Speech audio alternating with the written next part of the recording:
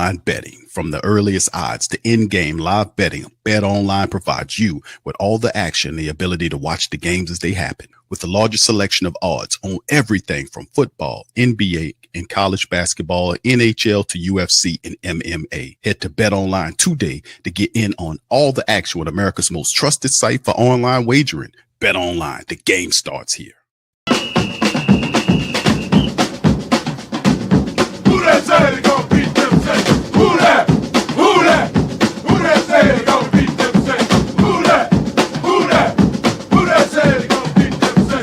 Who that?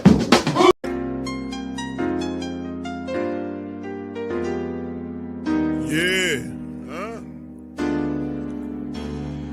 Boogie like Benson, I'm a who that. I'm a who that. Long as I'm living, I'm a who that. Lose or winning, I'm a who that.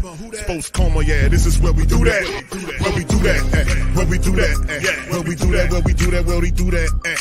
Boogie like Benson, I'm a who that. I'm a who that. Sports Coma, this is where we do that. Where we do that. Welcome, welcome, welcome. Somebody please better help. Running this thing like elf. I thank God every day I'm not a felt. Go to YouTube live with Big Q and the guys. If you ain't ride or die, the bandwagon get flipped. Been marching in, that was way for the ring. I was yelling out your shame for the championship. Fucking on town, duck down. Falcons, pluck, get shut down. Panthers ain't much touchdown. The vision really belong to us now. So much hate on the Saints, you could probably tell. Ever since Bounty Gate hit the NFL, when things seem fishy and you probably smell the crooked referees on Roger Goodell. Yeah, money like this and I'm a who that. Every day I'm living, I'm a who that. Lose or winning, I'm a who that. It's the Sports Coma, this is where we do that. Where we do that, where we do that, where we do that, where we do that, where we do that. Boogie like this and I'm a who that. It's the Sports Coma, this is where we do that. You're listening to the Sports Coma with Big Q and the guys on the PRO Media Network. I will start with Derek Carr, the Saints quarterback. Another frustrating injury for Derek Carr for a Saints team that is still fighting despite having Rizzi, the interim coach. Fear is it is a fractured left hand for Derek Carr, according to me and colleague Tom Pelissero. Now, if this is confirmed by tests, he's going to have more today, although generally with a fracture, you really do know as soon as it happened that it would likely take the starting quarterback off the field for the rest of the season. When he was injured last time, Jake Haener ended up coming in over Spencer Rattlers. We'll see what the New Orleans Saints end up doing. Meanwhile, let's go to Derek Carr's former team, the Las Vegas Raiders. Another quarterback injury for them as well, with Gardner Minshew already. All right, shout out to the fam, man. Thank y'all for being on the live, man. Welcome. You're now rocking with the Sports Coma with Big Q and the guys, where we have intense, entertaining, educating, and enlightening sport talk from your favorite sports fans. Shout out to you guys. Appreciate y'all being in the live. Yes, indeed. This is Victory Monday, man. Shout out to you guys. So you got the win. Hey, man, let me tell you something. It wasn't exactly a beautiful win. It was an ugly win, and it was almost a boring game. But, you know, I ain't gonna lie, we had fun yesterday, man. That was a very weird game. A lot of mistakes. They had reports coming out that the referees, they were saying that the play in which they seen Brian Rizzi jump over the offensive lineman, that should have been called a penalty. And listen, man, a lot of weird stuff happened in that game. A lot of weird stuff was happening in that game. One of the key weirdest things that happened in the game, fam, was the interception by Demario Davis. You know, y'all remember yesterday when they did the pressers at the end of the game, they seen Demario walk up, they just cut the broadcast off, and then they put out several clips. And Demario, everybody had like 6 minutes. Demario had 3 minutes. Like, they cut his clip. And I'm pretty sure one of them guys asked him, hey, man, what you thought about that interception you got? Why you think the referees downed it? Yeah, it didn't make any sense. It was one of the most clearly obvious, bad, officiated, corrupt games that I've seen in a while. And I've seen quite a few of them. But that I looked around, did a little research on it. Maybe y'all can educate me, because I was looking to find out anything on what happened with that. There is absolutely nothing on why Demario Davis interception of the quarterback Drew Lock. He wasn't touched down. This is not college. When he caught the interception, he went to the ground. You're supposed to be touched down by the defender. This is not college. Just because you made the interception and hit the ground, you're not down on that spot. He got up and ran all the way to the end zone. It should have been a touchdown. The referee brought him back and said, no, you're down. And no, it didn't. I didn't see Darren Rizzi blow up in the referee's face about that obvious bad call there. I don't understand what happened there. That was totally corrupt and trash. Totally trash. That was an awful officiated game. But in the end, that's why I called yesterday's recap stream Escape from New York, because that's exactly what happened. The Saints basically escaped from New York with a victory that I believe that they wasn't supposed to get. The way things was happening in that game yesterday, I think they were trying to make the Saints lose, but the Giants was too inept to follow through with it. That's what I think was happening, because that didn't make any sense. They gave them people a touchdown. The guy didn't even get in the touchdown. They came back and said touchdown. Like, hold on, wait, what? The 2 seconds at the end of the third quarter, they just went, whatever, let's just go into the next quarter. Like, what? You're supposed to, that these people are making it up as they go. But see, I don't play alone. I don't read the script. I don't go to the narrative. I see what it is and I calls it out. Because I can't understand. Maybe y'all can enlighten me on that. What was your estimation of what happened with that DeMario interception? I don't get that. That would have blew the game open 21-11. Why did they stop DeMario Davis? He was not touched. Nobody was within 4 yards of DeMario. He went and he got the interception. You can't say, well, he called it wasn't an interception, because he had an interception on the stat sheet. So it was an official pick. So y'all try to enlighten me, make me understand that, because I don't get that one. Shout out to Mike who said, do you think Carr is out for the season? I do think Carr is done for the season. Now, it is his off throwing hand, but it's still a fracture. That means even though it might, if they shoot it up or whatnot, it's still fractured. They could put it in a cast or whatever, and he could still try to throw. I wouldn't do it. I wouldn't do it if I was the Saints. I wouldn't do it, because he could still take a hit to that arm. He could still take a hit to that arm, and you shouldn't do it. You shouldn't do it. This is where you have other quarterbacks that you have to rely on. And, like I said, man, it's a part of the game. Quarterbacks get hurt. It's just unfortunate that Derek Carr was trying to make a play, man. He was trying to get the first down, and he took a hell of a tumble. That's for certain.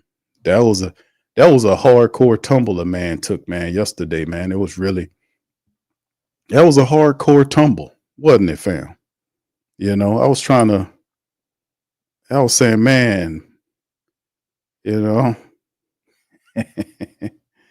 was trying to make it say, like, damn, man, it was a hardcore tumble. And I was saying, I was looking up sound effects, and I want y'all to hear this sound effect and tell me if this is what you heard when you seen Derek Carr hit that damn ground like that after jumping over that man's head. I don't know what he was trying to do. I knew he was trying to make a play, but he dived over his own player's head. That wasn't a good thing to do. But listen to the side effect. Y'all tell me if this is what y'all heard. Let me see. Hold on here. Let's see if I can pull this up. I'm thinking about adding this to my soundboard, matter of fact. Hold on here.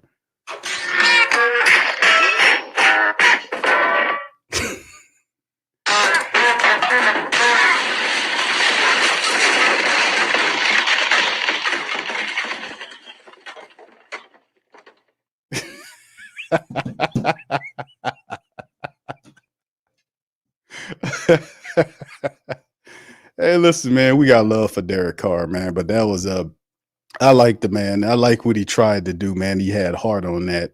He tried to make the play, and he got hurt, man. So unfortunate, man, but we got to keep it pushing and moving one way or the other. All right, but thank you, brother. Appreciate it. Thank you.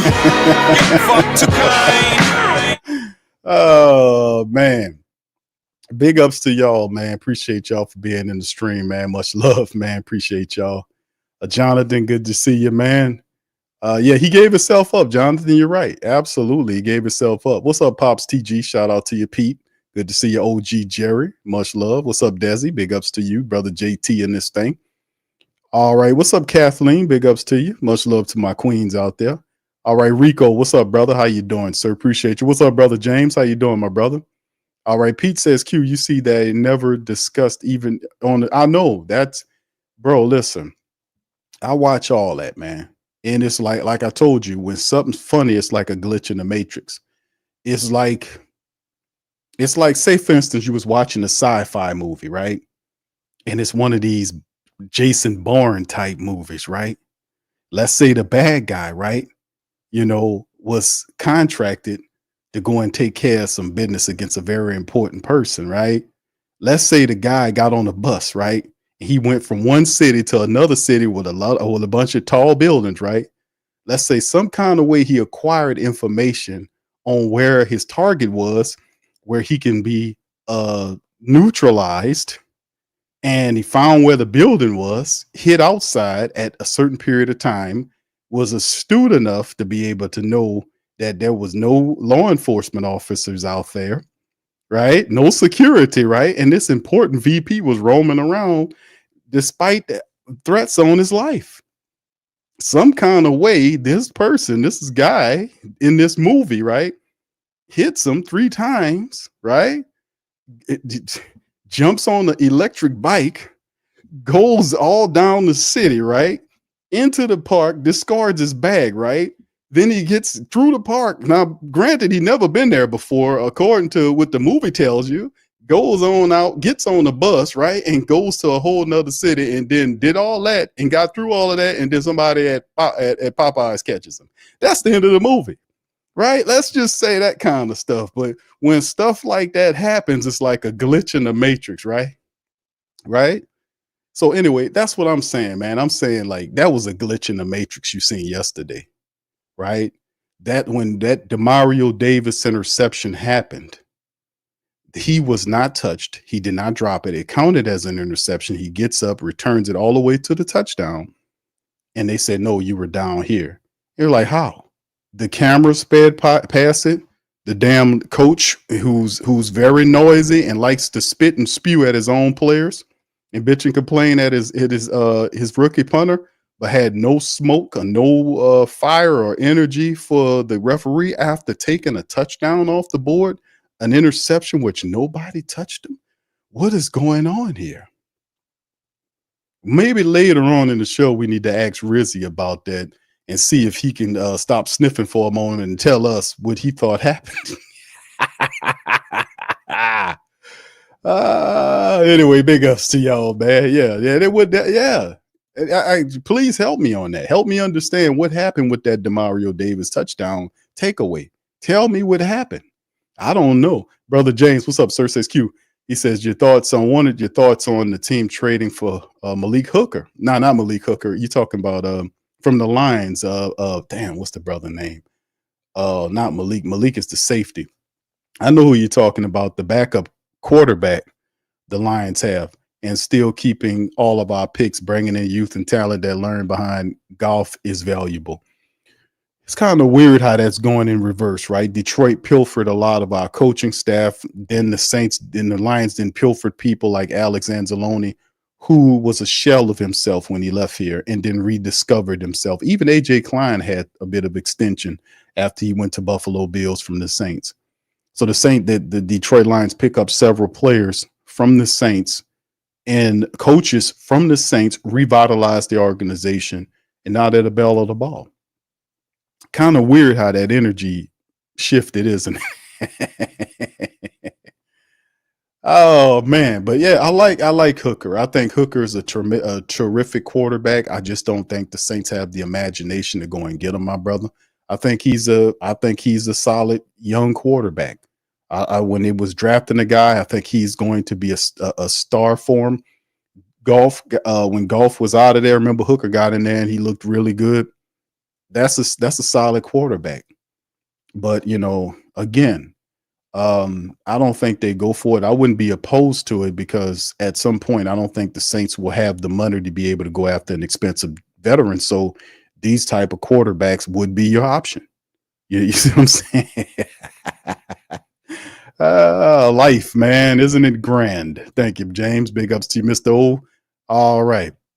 Yeah, JT says, Q, I'm telling you the truth. I never seen Derek Carr run for a first down or even leave his feet phony. Now, I don't see people, and I get what you're saying. A lot of people don't like Derek Carr. I think Carr was trying to make a play. And he was leading up to this because remember, he would make, he would say things, he would be, have certain innuendos he would make about Taysom Hill always getting the ball. Like he would come out of the game and Taysom would get the ball and then Taysom would do his Fred Flintstone thing, right?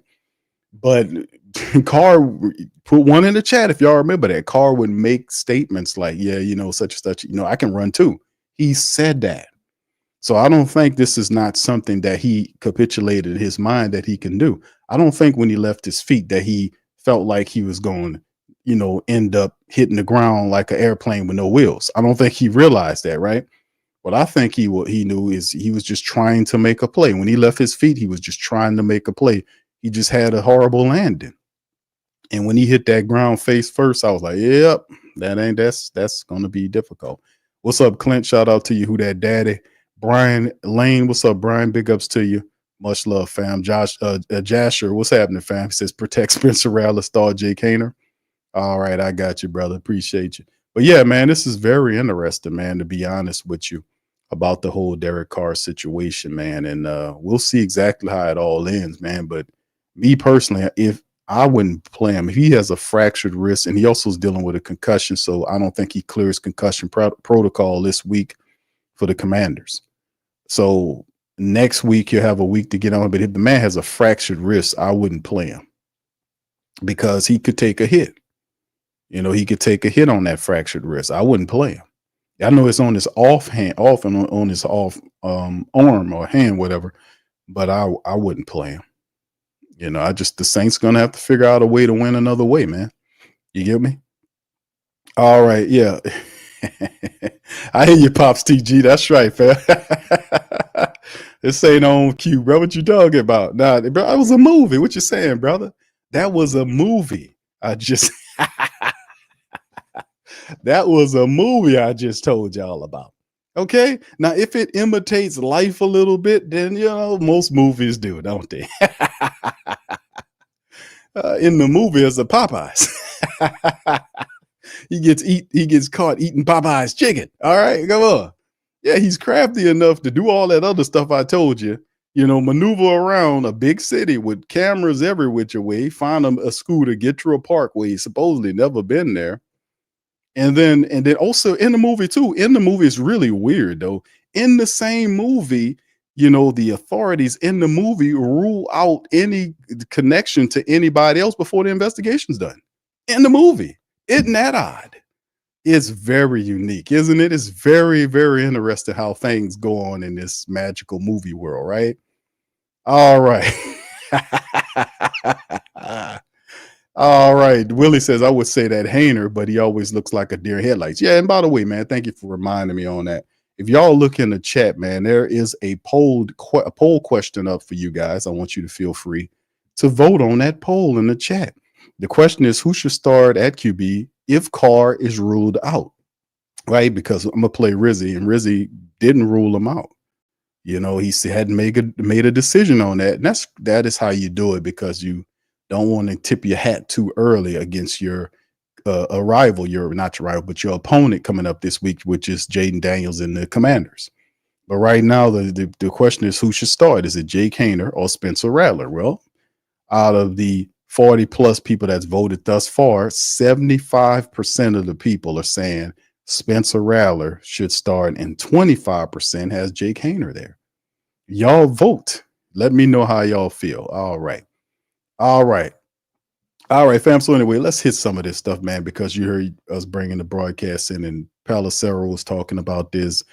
Ian Rappaport was making mention of it, that the fact that this is something that could be catastrophic for Carr here. So let's kind of delve into this article by Cat Terrell about Derek Carr's injury. Saints QB Derek Carr is considered week to week after injuring his non-throwing hand and sustaining a concussion Sunday. Interim coach Darren Rizzi said Monday We'll play some of this interview as it stands at this moment. I don't believe it's going to be an IR situation. We're going to kind of take this day by day this week.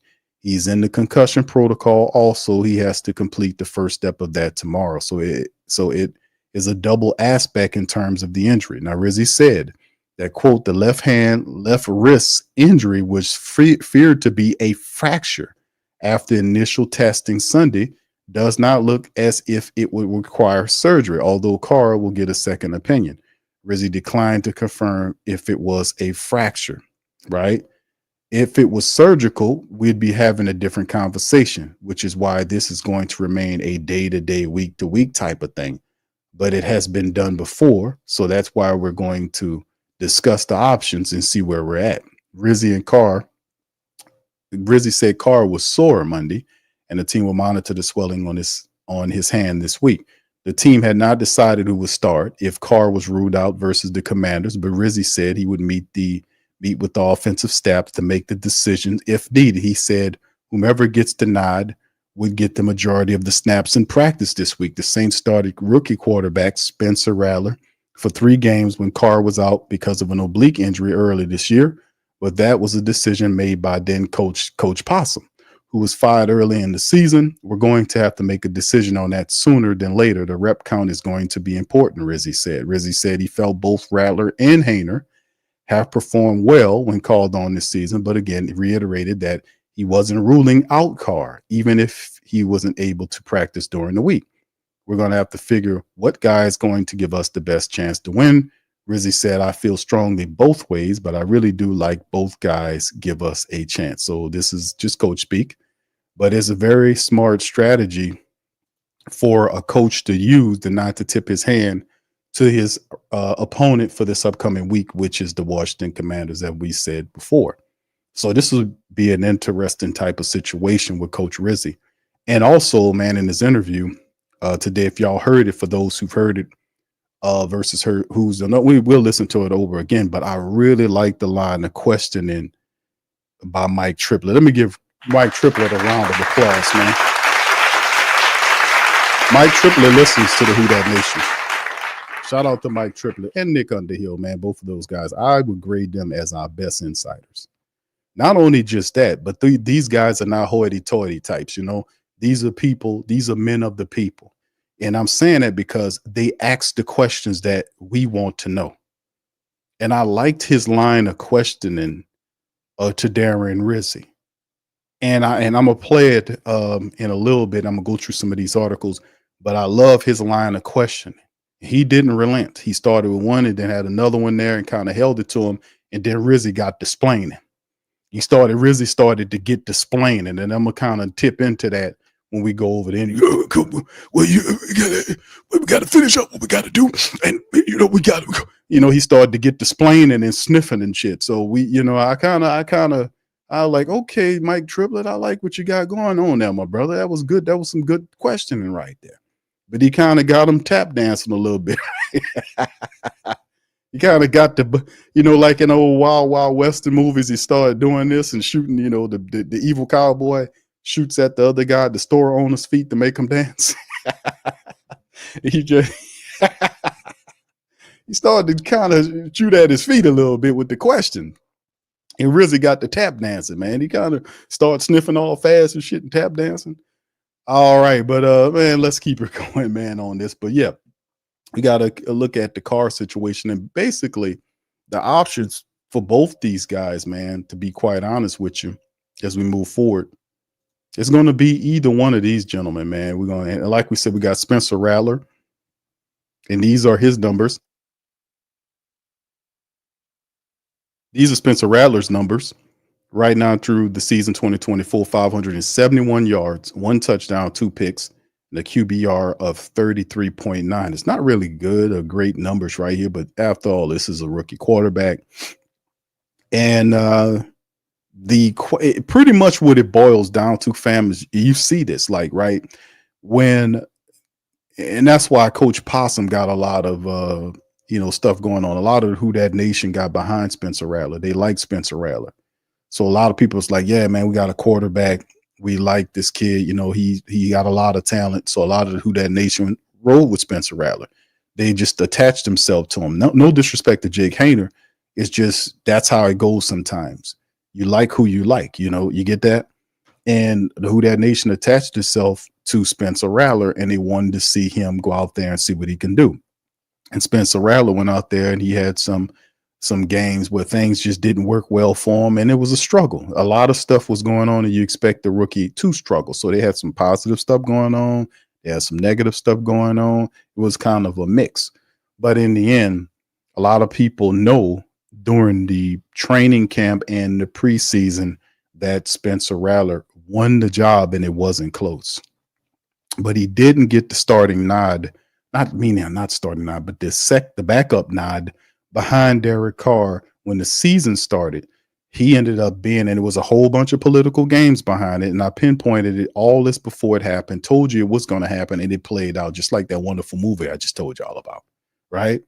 It played out the same way.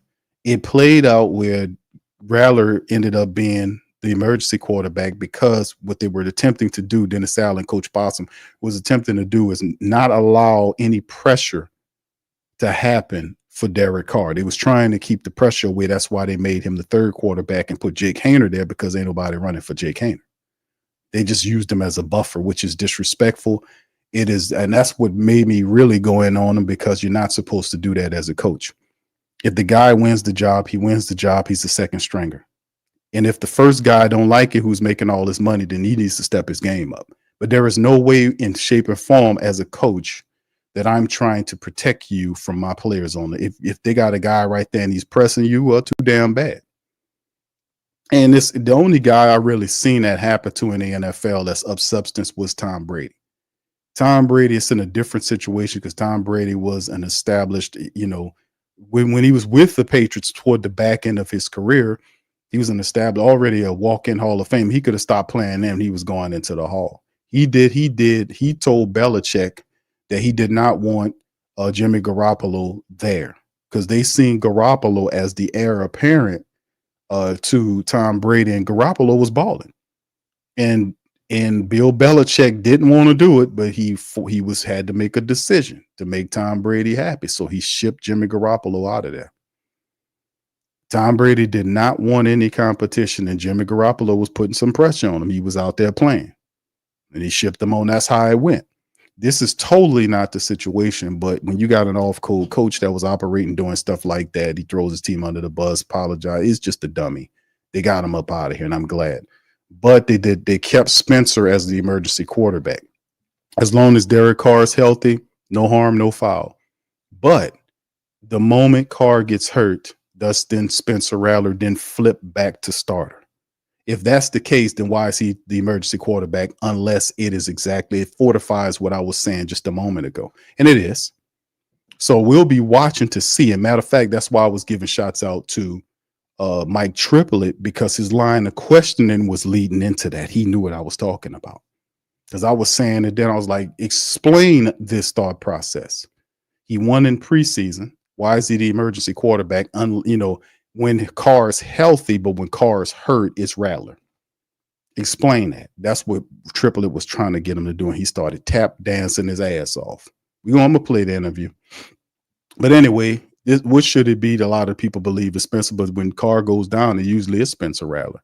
Well, they didn't say, well, they keep Jake Haener there. We'll see. But these are the numbers right here, like we're saying so far in the season: 571, 1 touchdown, 2 picks, a QBR of 33.9, and this is Haener's numbers right here: 177 yards, 1 touchdown, no picks, and he has a QBR of 42.4 for Jake Haener right now. So this is his numbers on the season, and it's basically, if Carr can't go, it's between these two guys to take the helm. So I'm a vote, and like I said, I'm a vote, but I'm thinking my vote is going to go for. My vote's going to where it's been. It's going to go to Spencer Rattler, because this is the theme. When Derek Carr gets hurt and he can't play, to go to Rattler, not Haener. When they have an opportunity, they're going to go to him, and it's just what it is, right? That's how we see it. All right. Anyway, before we get to that interview, let's hit up some more news, fam. Let's keep it going here. Let's take a look at this, man. Here's an interview right here. I mean, not an interview, sorry. Saints add a little bit of news right here. Is the black and gold add to their situation. The black and gold add defensive back. Saints add Tra Fluellen to the defensive backfield. Shout out to Bob Rose, man. He is wrote a really good article kind of breaking that down. To Saints pick up a DB. Saints add a college talent to bolster defensive backfield, according to the agent. And a little information on this guy. Saints have reportedly signed safety Tra Fluellen on Monday. Fluen's representatives at Tri Sports Agency initially announced the transaction on social media. It remains unclear whether Fluellen has been signed to the Saints active roster or the practice squad. A rookie out of Middle Tennessee, Fluellen was not selected in this past spring's NFL draft. He was drafted in the second round of the United Football League, the UFL college draft in June by the Houston Roughnecks. So they picked up this safety right here. He started his collegiate career at Houston Baptist, where he played in 2019 and 2020. He transferred to Middle Tennessee State in 21, where he played out the last 3 years and 3 years with the Blue Raiders. Fluellen intercepted 5 passes and broke up 12 others while recording a sack and 8 tackles for a loss among a total of 197 stops. Pre-draft scouting report on Fluellen, per brother Kyle Mosley, says Fluellen has an impressive collegiate football career as a safety, showcasing his talent and versatility across multiple programs. Here's his resume here: college career with Houston Baptist. Fluellen began his college career at Houston Baptist, where he made an immediate impact, earned Hero Sports Freshman All-American First Team honors, finalist for the Jerry Rice Award, which is the top FCS freshman, tied for 7th in the Southland Conference with 101 tackles, recorded 2 interceptions, 3 fumbles, and a forced fumble. Played 4 games in 2020 before transferring to Middle Tennessee State 21 and 23. Transferred there, where he continued to excel. In 21, played in all 13 games with 1 start, recorded 29 tackles and 1 sack. In 2022, he started all 13 games, led the team with 104 total tackles. He added 4 tackles for a loss, 2 picks, and 8 pass breakups. Named honorable mention in All-Conference USA. And then in the 2023 season, he played 684 total snaps, recorded 64 tackles, which was 3rd on his team, led the team with 3 interceptions, added 2.5 tackles for a loss and 3 pass breakups, voted permanent team captain by teammates, named to the Bronco Nagurski watch list and the Paycom Jim Thorpe Award watch list. Season cut due to an ACL injury. Notable achievements and recognitions: 2-time honorable mention All-Conference USA 22 and 23, finished his college career with 323 total tackles, 197 at MTSU, known for his leadership skills, high character, and intelligence on the field. He's 6'2", 210 pounds, possesses the size and skills desired for a professional defensive back, demonstrates strong ability to read and process plays, exhibits excellent ball skills and run defense support. Tra Fluellen's college career has been marked by consistent improvement and standout performance, making him a promising prospect for professional football despite his recent injury setback. Shout out to Bob for getting us on game about Mr. Tra Fluellen. This is a 6'2", 200-pound plus defensive back that the Saints have added to the team. And here it is right here, fam. This is let me see if I can get you to see his signing. Here's that's him signing in the corner, his contract with the Saints. And like he says, you have to determine what role Tra Fluellen it is. But if I had to guess, more than likely it'll probably be probably practice squad, something like that. But I'm gonna check the roster after a while. All right. Anyway, let's keep it going to this news article right here. Oklahoma State names Todd Grantham following Oklahoma State names Todd Grantham the defensive coordinator following his NFL stint. Remember, Todd Grantham was brought here by Dennis Allen. He got his ass, or he got kicked to the, I ain't gonna say he got kicked to the curb. He got demoted by Rizzi. Veteran coach Todd Grantham is returning to college football to be Mike Gundy's defensive coordinator at Oklahoma State. Grantham has had previous defensive coordinator stints in college and in the NFL. He also worked with Nick Saban at 2 different stops. Grantham spent the past 2 seasons in the NFL with the Saints. How would you guys grade Todd Grantham's stay with the New Orleans Saints since he's been here? Grades are A through F. What would you give Todd Grantham? Y'all put it in the chat. Let me know what the grades are to you in terms of what Todd Grantham, how did he do in your opinion at the defensive line position, right? Y'all let me know. Give me a grade. All right. So anyway, he says he came in as Dennis Allen's defensive line coach, but was moved to senior advisor role early this year after Allen was fired, a senior advisor. Darren Rizzi took over as interim coach. Rizzi said Grantham's last day with the Saints will be Tuesday, and he will go then join Gundy in Stillwater. He's done a heck of a job here behind the scenes with the defensive staff, Rizzi told reporters, but it's certainly a great opportunity for him. He made the decision. He wanted to get back into the college game. I think Mike Gundy's getting a great coach. Yeah, he's so great. Why did you demote him? Grantham, who's 58, was a senior defensive analyst at Alabama in 2022. I ain't going to go through all his accolades, but the guy was with Alabama, Ole Miss, Michigan State, Florida, Mississippi State, just a retread, man. Louisville, Georgia. He went to the Cleveland Browns, Virginia Tech, all over the damn place. This dude been all over the place. So now he's going to Oklahoma State to join up there with the Cowboys. So there you go. But anyway, he says Grantham will be challenged to rebuild a defense that hit rock bottom this season. The Cowboys ranked 3-9, went 3-9 and ranked 126 nationally in scoring. He got his hands full there. So Todd Grantham is Kaputski. He's out of here. All right, Clint gives him a C. L-Dub says a D. JT says a F. Roderick says F. Jack says incomplete. That's accurate. That is very accurate. Incomplete grade. Yes, indeed. Yes, Jack, very wise.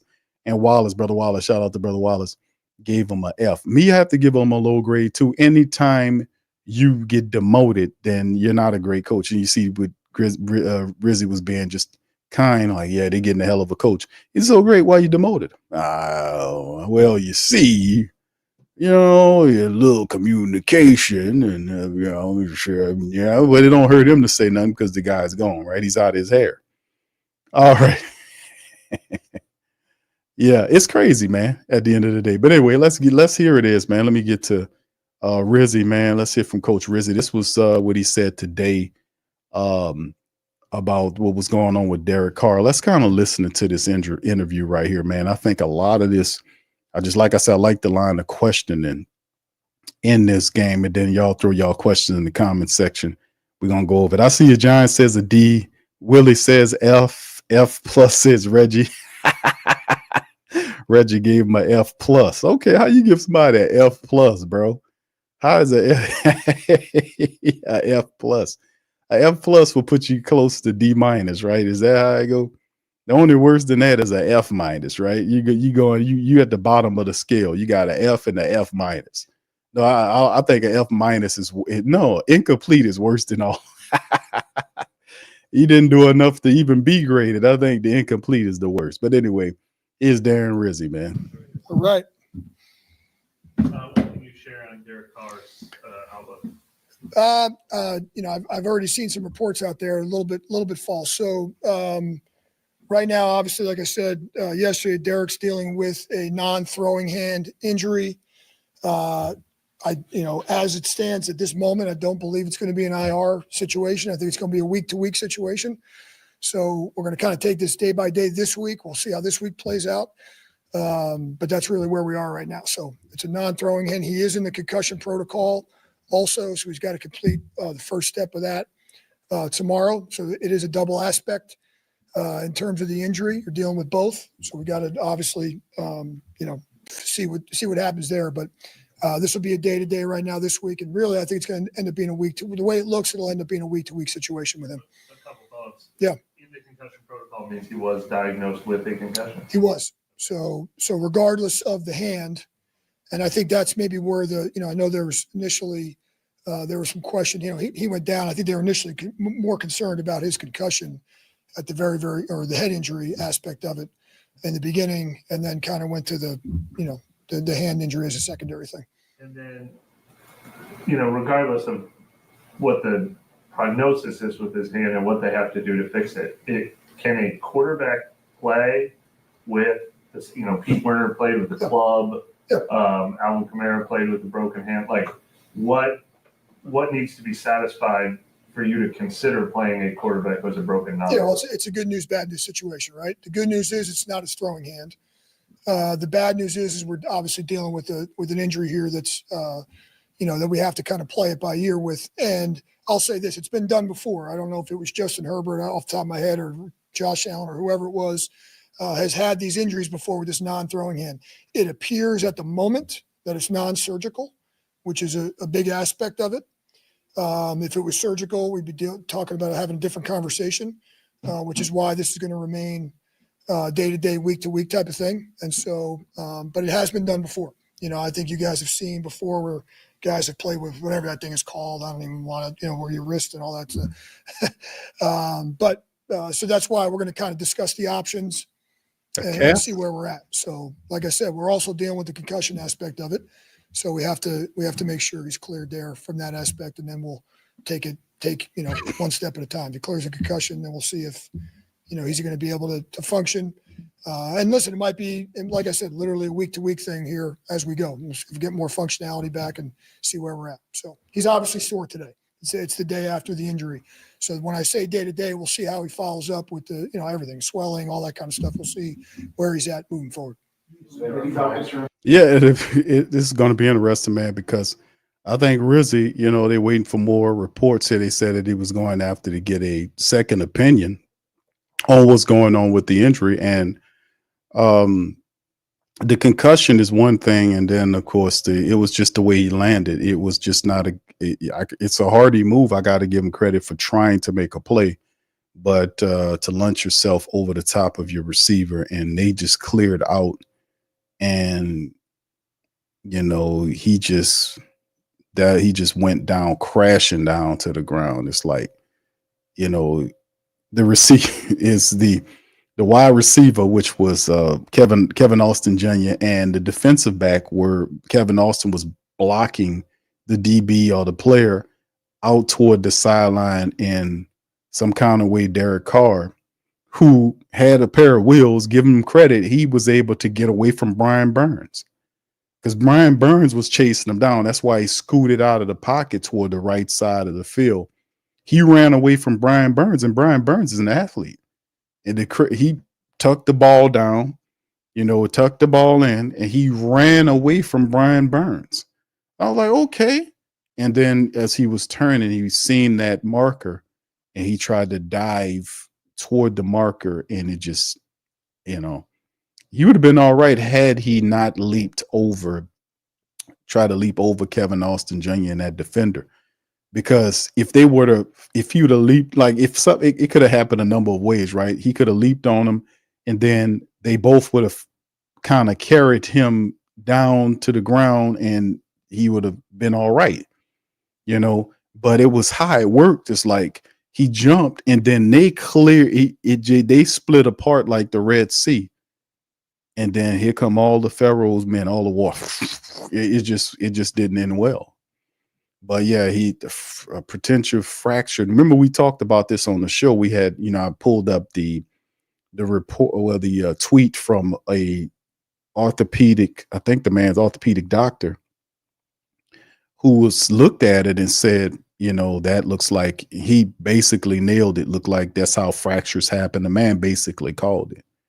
So, kudos to that doctor. He knew what the hell he was talking about, I'm sorry. Yeah, I really don't want to get into that. There's been a lot of news out there about that. He's going to have a second opinion here, and we'll kind of see where. So I don't want to go into the exact details. As I get all that back and we can confirm that, we'll move forward with that. Just he's dealing with a left hand, left wrist type of thing. Do you believe that he's out this week though? I don't believe that yet. So we're not going to rule him out just yet. I think we have to see how the next day or two. What the healing process is like, and see if he can function. But again, don't forget we're also dealing with the other aspect too. So. How do you deal with practice this week then, with the uncertainty with him? Yeah, so we're going to have to make a decision here today on probably if Derek doesn't go, kind of the direction we're going to go between Jake and Spencer. We'll meet this afternoon and we'll have a plan. I'm going to tell you that whoever that guy is going to get probably the majority of the reps here moving forward this week. In the event that Derek doesn't play, we're going to have to make a decision on that sooner than later. As you know, we don't get a lot of practice days. So listen, I'm going to just make my call right now, just like the family members here. A lot of people, 73% says Spencer Rattler's going to be the guy. I'm going with them. Why? Because they're backed up and fortified by history. Every time something happens to Derek Carr, and I'm not talking about in game, obviously, right? He was the emergency quarterback. Spencer Rattler and Jake Haener was the backup. But if you have a chance to prepare for a game and the guy is out before, like we seen happen the last few times that Derek Carr was out, then they reach to Spencer Rattler. I'm going with history and the Who Dat Nation. That's picking Spencer Rattler. And I'm pretty sure the decision was made when he left and went and talked to whoever he needed to talk to. The decision is going to be Spencer, because I don't think Derek Carr, forget the wrist injury, I don't think he clears concussion protocol in enough time to play this game. That's just me, man. I don't think he clears, and he shouldn't clear. If there's a real concussion protocol type situation going on, he shouldn't clear. If they really care about the brains of these guys, you know. But anyway, let's go back here. The rep count's going to be important. And so, you know, I'll sit down with obviously with Clint and with Andrew Janocko and everybody. We'll make and the offensive staff will make a final decision on whether we're going to move forward here this week with Jake or Spencer, and we'll go from there. We'll go into that decision, man. You know what? Listen, I got to be honest. I actually feel, I'm not trying to play the fence sitter here. I actually think both guys give us a chance to win. I think obviously the last time Derek was out for an extended period of time, we decided to go with Spencer. I think Jake and both guys, I think, have performed well right since the training camp. And so, you know, I thought in that last go around, we felt like Spencer gave us the best chance to start. And so, you know, that's where we're going to kind of list all the pros and cons, who we playing, what defense, what's the game plan, here are the weapons. And so that's all the things we're going to discuss today. We'll have a decision by that probably tomorrow. Were you involved in that earlier decision, or was that something that just DA? Yeah, no, that was DA and the offensive staff last go around. So, all right, here come Mike Triplett with the questions about the decision making dealing with Rattler being listed as an emergency quarterback. He knows it's just what we talked about earlier in the stream. Rizzi's response is this. In that situation, though, I mean, did you make a conscious choice to stick with Jake in that backup role, and was that you in some ways choosing? Yeah, so listen, I think a big part of that the last go around was in all the discussions, and like I said, I wasn't the decision maker, but in hearing all the thoughts, you know, Jake's been our number 2 in every game, and the games that Spencer hasn't been the starter, he was the emergency 3, and so we just felt like Jake gave us a better chance in that, you know, just no different than yesterday, Jake coming in there at the end. And so, you know, we have to figure out whether or not, again, which guy we feel like is going to give us the best. I like I said, I don't want to be the guy that, you know, feels strongly both ways. But I really do feel like both guys in their own right can give us a chance. What's the difference between choosing one person to be the backup on game day, but then maybe choosing someone else to start? Yeah, I felt, you know, the offensive coaches at that point, the last time Derek went down, felt like Spencer gave us the best chance in those particular games we were playing. Had a little bit to do, I think, with the teams we were playing, the defenses, all that kind of thing. And so, you know, but Jake's gotten considerable reps here the last few weeks. So that's what we got to decide. Press him, Mike. I mean, you've been, since you've coached 4 games, you've chosen Jake as the backup. How is that not the same as saying he's the next guy up? You know? Come on now. I do. Well, that's been the case the entire season. Like, you know what I mean? Like, he's been the number 2 in every game. If I'm not mistaken, he's been the number 2 in every game we've played, whether Derek or Spencer was the starter. You're talking about you, Rizzi. Felt like, you know, the offensive staff felt like that's the situation. I think this is a new ground, if you will. It's Look at him tap dance. The reset button here. It's a clean slate. We're going to go and make that decision. Again, I'm not ruling Derek out, and I'm not declaring a starter just yet. We're going to kind of put it all on the table and see, you know, what we feel. But I think both guys, you know, I go back there purposely with the squad offense every week, and Jake and Spencer both have really done a great job in practice. So I think both guys bring, you know, a positive to the table. That means that let me do all this because he did a lot of babbling. Now, you notice Rizzi usually a straight shoot on stuff. He wasn't shooting straight that time. You seen all that babbling and backtrack and tap dancing? Because Mike Triplett was saying, hey, man, listen, were you a part of the process of making the call to make Jake Haener the backup quarterback and Spencer the emergency quarterback. And then he said it was on Dennis Allen in so many words. Then Mike brung it to now. Well, now that you're the head coach, you know, are you cool with all this stuff like that? He was tap dancing, babbling. He was doing some tap dancing. See, the thing is this, and this is why I wanted to kind of pinpoint this, because this is the problem right here. This is problem number one for Rizzi that's going to bowl very wrong for him very fast. See, the problem is he came in, he did some wonderful things. He demoted Grantham. Now he's gone. You know, we just covered that story. Tuesday would be his last day. Oklahoma State taking him off our hands. They gave the job to Brian Young for the defensive line coach. He put Joe Woods over the top of the defense. We've seen an improvement from the defense, right? Defense has done a much better job over the last couple of games, right? We can agree on that. The special teams, he put Phil Galliano over the special teams, then brought in an old advisor or person that he knew to help out there as well. And special teams, even though they had some issues and flubs and stuff going on right there, still a lot of silver linings there. But he didn't do nothing to the offense. See, the point of the question was to determine how involved is Rizzi with this offense. His decision-making over the defense and the special teams was obvious. But in terms of the offense, that's the problem.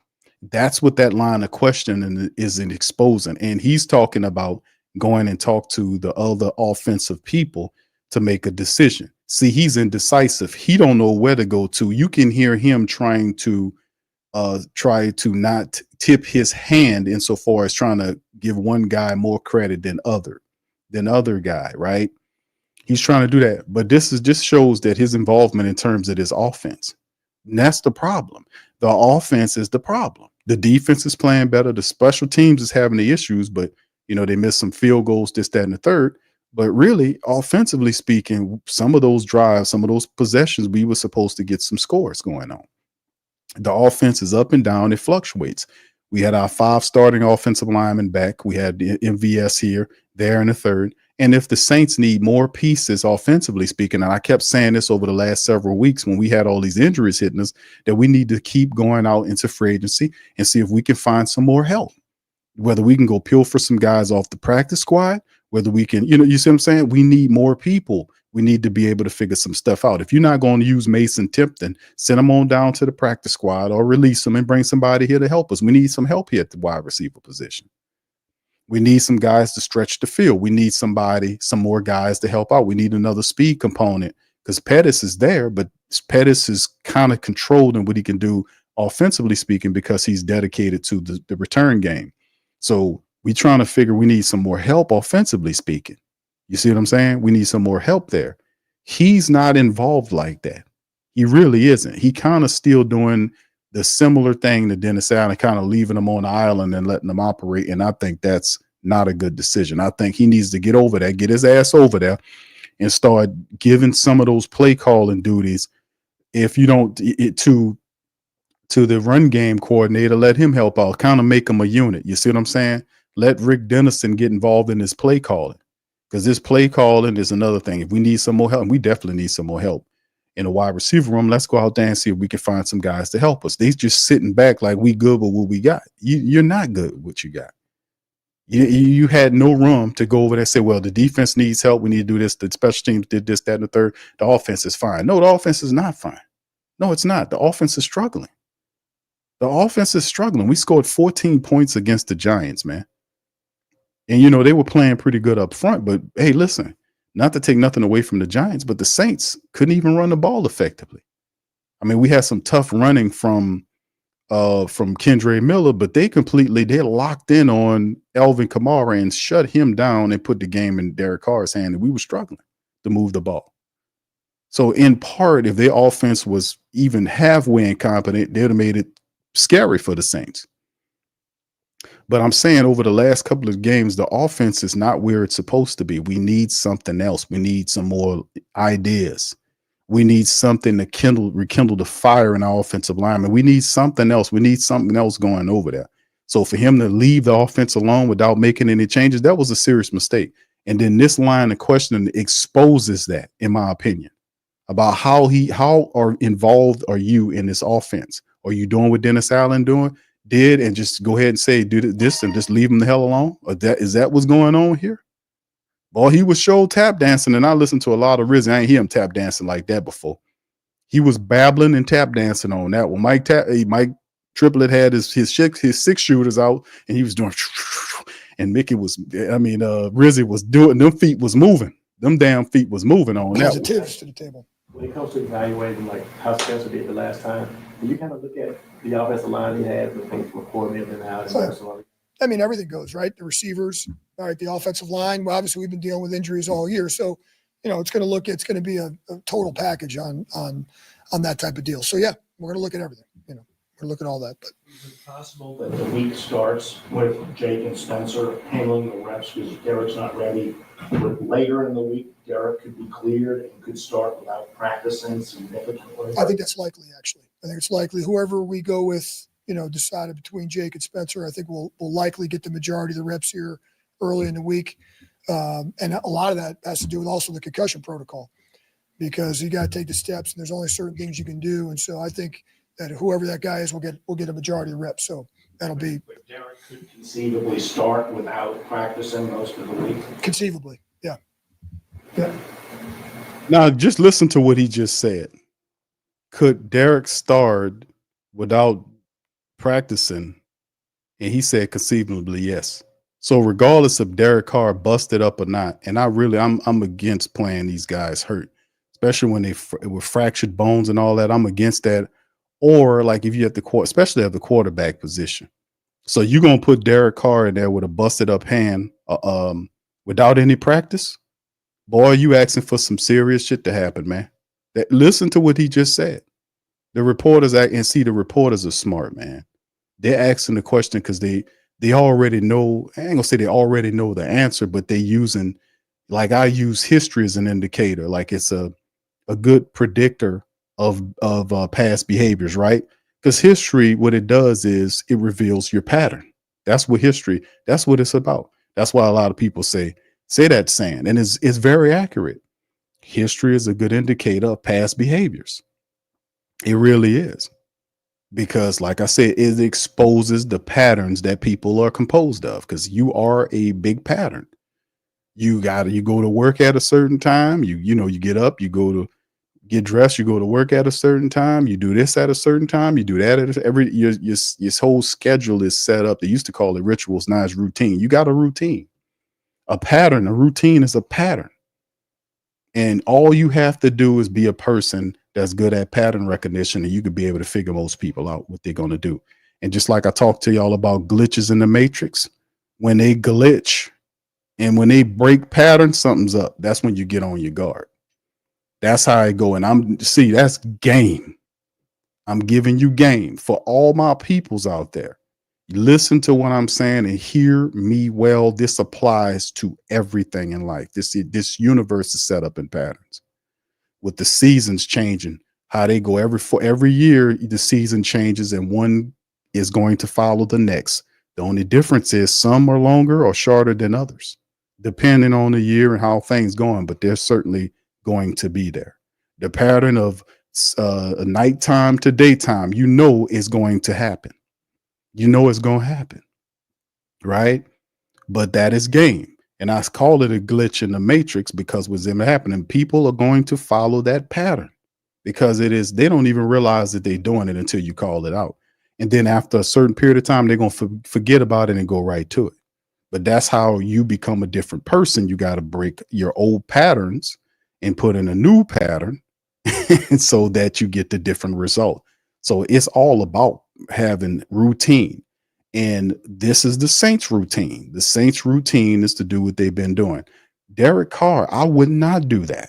I would not put Derek Carr in any football game if he has a fractured wrist and he didn't have any practice time. I am not putting Derek Carr in harm's way like that. I'm not.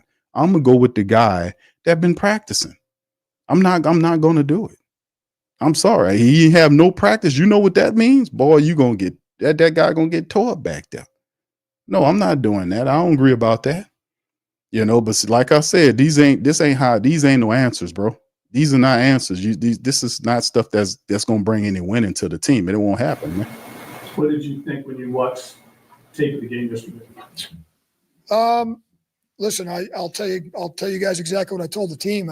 Bottom line is, the good news is we left a road game, outdoor game, elements, all that stuff. We left with a win. It's certainly at times. I thought our defense played extremely well for 3.5 quarters. They had 98 yards with 10 minutes to go in the game, and then their last 3 drives they had 162 yards. So we didn't finish particularly well on that side of the ball. With that being said, if you told me going into the game that their 2 tailbacks were going to have 50 whatever yards, on 2.9 yards a carry from the tailback position, I would have told you we were going to win the game, because I really felt like that was an important aspect. We obviously let the quarterback run a little bit, which we're not going to be able to do this game coming up, because that guy's going to make even bigger plays than their quarterback did. That's going to be a huge, thing that we got to get corrected. Offensively, again, we had too many drives where we had 5 plays or less. That we've got to do a better job of sustaining drives. How do we do that? Now, fortunately, we had the 2 longer drives. It took some time off the clock and gave us 14 points. I mentioned yesterday I felt like our first half special teams performance was lousy. There's a lot of things we got to get cleaned up there. We fumbled the opening kickoff. The first punt of the game is not a good punt. They get good field position. We had a couple of penalties, a late hit out of bounds, and just some uncharacteristic things we did, which enabled them missed to have 2 field goals. Here's the good news. Good news is we came out of the third quarter. We made a big deal about coming out of halftime. Their first 2 offensive possessions were punt. And in our first 2 possessions of the second half, we got a touchdown out of the second possession. So we turned the ball over deep in their territory in the first one, but we did respond and get a touchdown. So, listen, there were some takeaways like every game. I've heard the narrative a little bit. Well, you didn't beat a great team on the road, blah, blah, blah. Listen, the team that's the kind of the standard right now in the NFL is the Chiefs, and they've had a lot of these type of games in the last month or so where maybe going into the game they thought you're going to win by a lot more, and they've squeaked out some wins, but they find a way to win the 1-score games every week. Here's the good news: we have found a way to win 2 1-score games in the last 4 weeks. That's something we hadn't done well in the beginning of the season. So we found a way to win. It was a blocked field goal, whatever. That's what we needed to take to win the game, and we won the game. So trying to obviously stay positive at the same time, make the corrections from the game. Did you all get away with one on the block field goal? No. That's not illegal. No. So from a rule perspective, what you cannot do is you cannot grab the player and pull him to the ground, but you can push down on his back and push him to the ground. That's not holding. So holding is grab and pull. If a player is low and you push him to the ground, that's not considered holding. So we practiced that. We repped that. We felt like we had that an opportunity there, and that's why and really Brian gets all the credit, but it was a phenomenal job by Nathan Shepard and by Peyton Turner of getting their 2 players to the ground so Brian could jump through the A gap.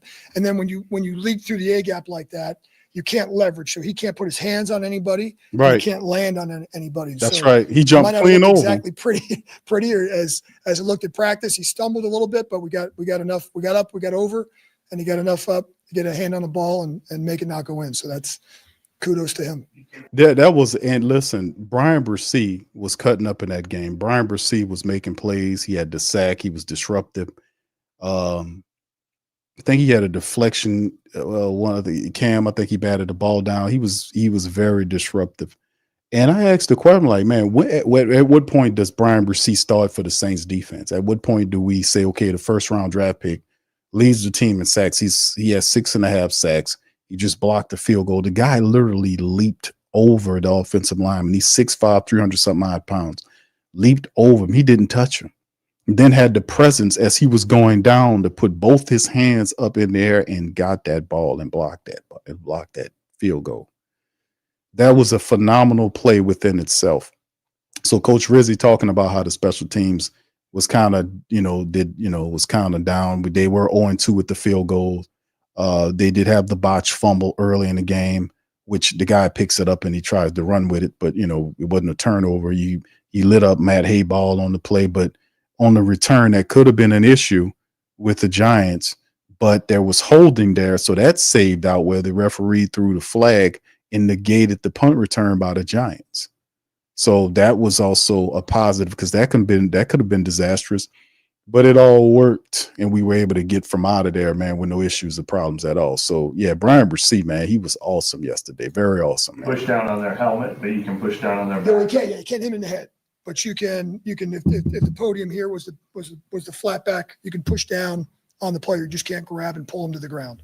So, and then the penalty that they got earlier with the 3 points off the board, the officials determined that action started during the play. It wasn't a post-play foul. Initially, I thought they were going to just back them up on the kickoff. The officials got together, and the action of number 63 started while the play was still going on. So the initial act, he picked Peyton up and kind of slammed him on the ground. And that's why they backed him up there 15. That was obviously a huge play in the game too. Yeah, there was he WWE slammed the man. I mean, he literally Hulk Hogan the man. He had the guy like this and just took him down like, oh, what part of football is that? So yeah, that was definitely a person. Will Todd Grantham finish out the year with you guys? No. So you guys have some context with Todd. So Todd has been offered and accepted the defense coordinator job with Oklahoma State. It was a situation where it was a really good situation for him to go in there with a fresh start with Mike Gundy, and so that's so Todd will be finished with us here as of tomorrow. So we me personally appreciate what Todd's done for me personally the last month. He's done a heck of a job here behind the scenes with the defensive staff, but it's certainly a great opportunity for him. He made the decision he wanted to get back into the college game, and he's obviously been a coordinator before at a couple of really good college programs. So I think Mike Gundy's getting a great coach, and congratulations to Todd. Yeah, I bet. All right. So anyway, that's Coach Rizzi, man, dropping some game. And like I said, man, I and me and the family member, 71% of us believe, over 100 voters believe that Spencer Rattler will be the guy because he is. When you have an opportunity to prepare and you got your quarterback out, because I don't think Derek Carr clears the concussion protocol this week. I think Spencer Rattler will probably be the guy to get in there, and as soon as you can start getting him reps and figuring it out, and I think we should have a better performance. Like two things, very positive, offensively speaking, that are bonuses. Number five, which is the offensive lineman. Our 5 starting offensive linemen are back. So the second game of having them back should be a better performance because the Giants defensive line really did a phenomenal job against the Saints guys. Now you can call them rusty and dusty because they hadn't played together in a long time. Some of them guys was out for a long time. They're coming back, this, that, and the third. But in the second matchup, you'd hope that they're knocked off the rust and they're ready to play because we're going to need the running attack against the Commanders. No doubt about it. Especially with Spencer Rattler, he gives us a scramble element to it. But at the same time, I don't expect the full playbook to be there for Spencer, but he did have some live game action early in the year, which should kind of settle him down. He should have some more familiarity in terms of all of the practicing that been going on. So later on in the year is a little different, right? As opposed to seeing him in the first month of action, right? He just got here. So later on in the year with about 5 games remaining, right? 5 games? Isn't it 5? No, 4 games. With 4 games remaining, isn't it 4? Yeah, 4 games remaining here. Washington, Green Bay,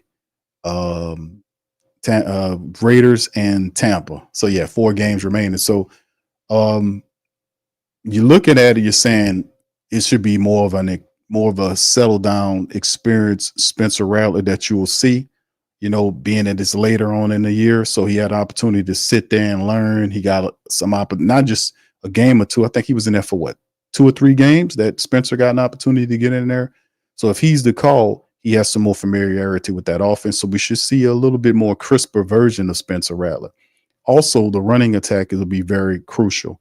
Having Kendre Miller back, he had that tough running touchdown that he was able to get there. So we're going to need that. We're going to need the offensive line to kind of open up lanes for Elvin, for Kendre Miller, Jamal Williams, let those three kind of help out there. We're going to need those guys, right? I did like the fact that the Saints were able to kind of move MVS around the field to find targets for him. I do like that, because we were saying before prior, because MVS wasn't involved like he was supposed to, the Saints would just kind of keep him here and this, that, and the third. But Clint Kubiak, got to give him credit, him and Dennison, because he says Dennison works with him on some of this stuff, and he was able to move MVS around a little bit to try to get him involved. My only suggestion here, and they did use Dallin Hawker, Foster Moreau was in there blocking and stuff. He blew some blocks and stuff like that before, but he does. That's what Foster do from time to time. He misses blocks sometimes. It's just what it is. I've seen a lot of film on him this year. He missed some blocks.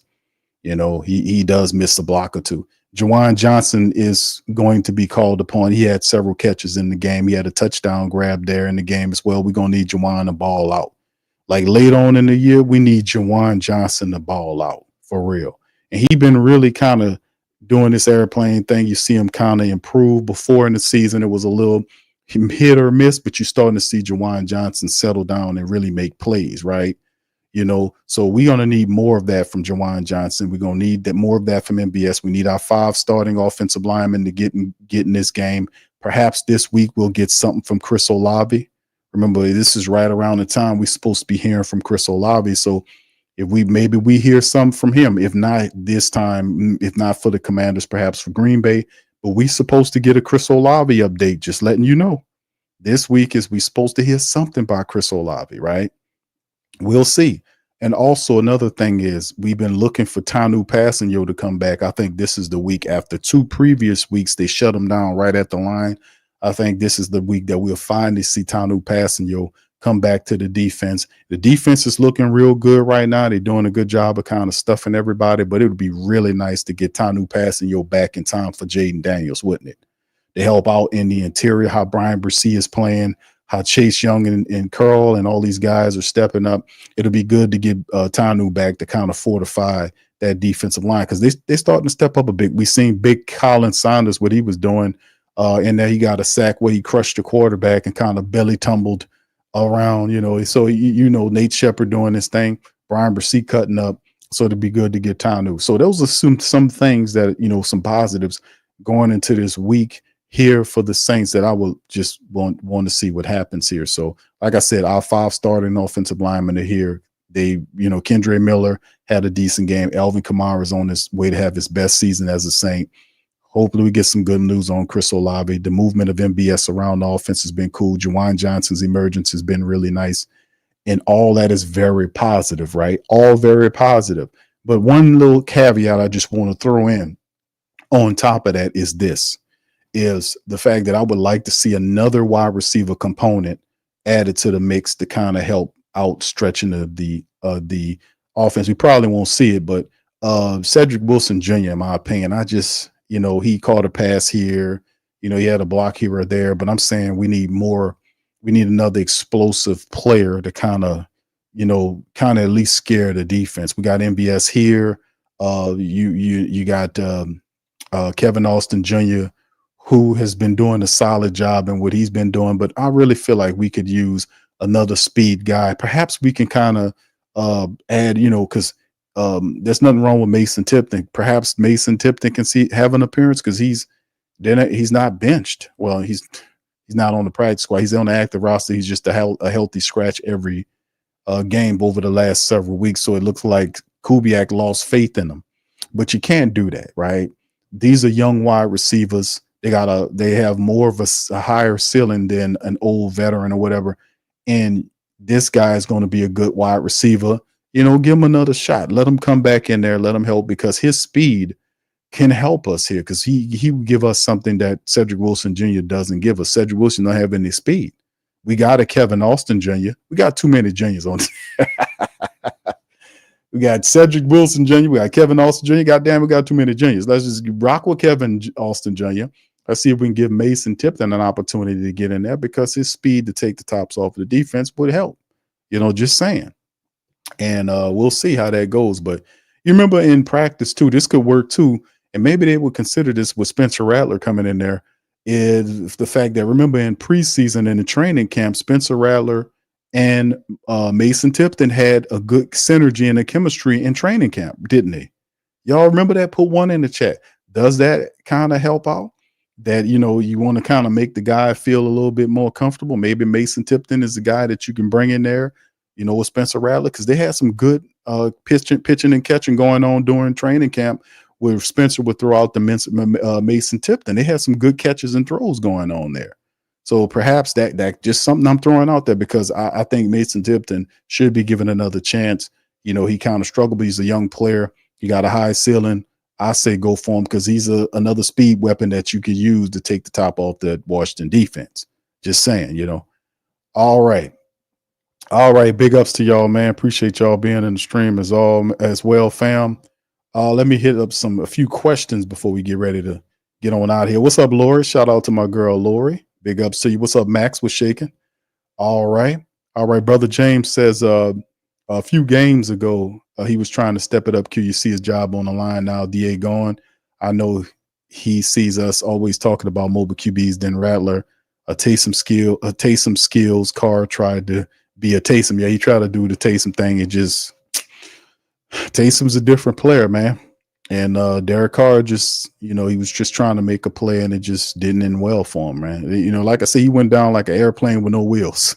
You know, imagine that, trying to land your airplane with no wheels, that ain't gonna, you know, you tearing up everything. People getting thrown out of their seats. You got fire starting because you're rubbing the plane's belly on the concrete and all that type of shit. Something tell me they're gonna have the foam truck out there to spray you down, man, trying to make that type of landing. All right, Kathleen says, Jake Haener does not seem to show as much control on offense as Spencer Rattler, in my opinion. Indeed.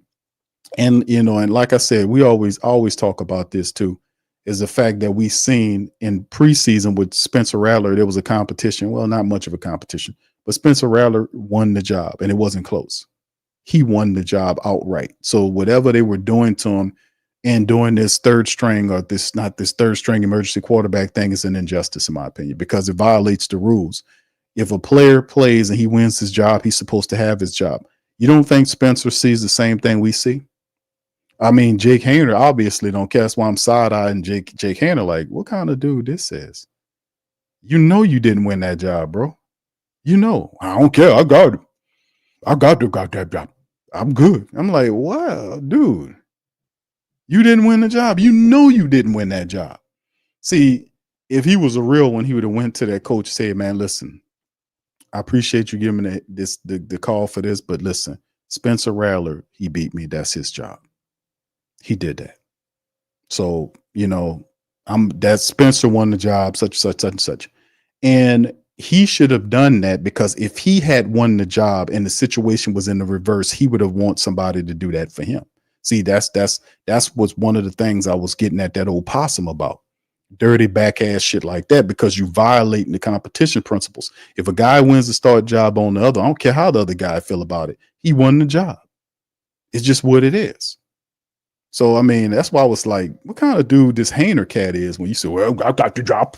I'm the second string quarterback. Hey, mom, guess what? I'm the second string quarterback. You know you didn't win that job. You know you didn't beat that man. We know it. Everybody know it. And Spencer Rattler, how you think he felt when that happened? You don't think his mom and daddy was saying some shit like, man, how you beat that guy? You obviously beat. How did they choose that guy? Oh, because you had a back ass dog running around here tearing up stuff. That's why his ass in the street right now. You know.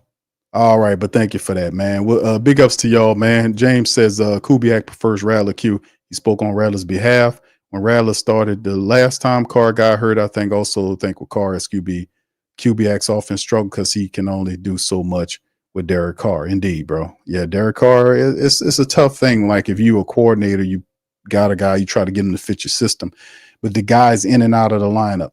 Like, at some point early in the year, he actually had Carr playing faster. He really did. But when he gets knocked out of the game and he's not practicing, all that resets.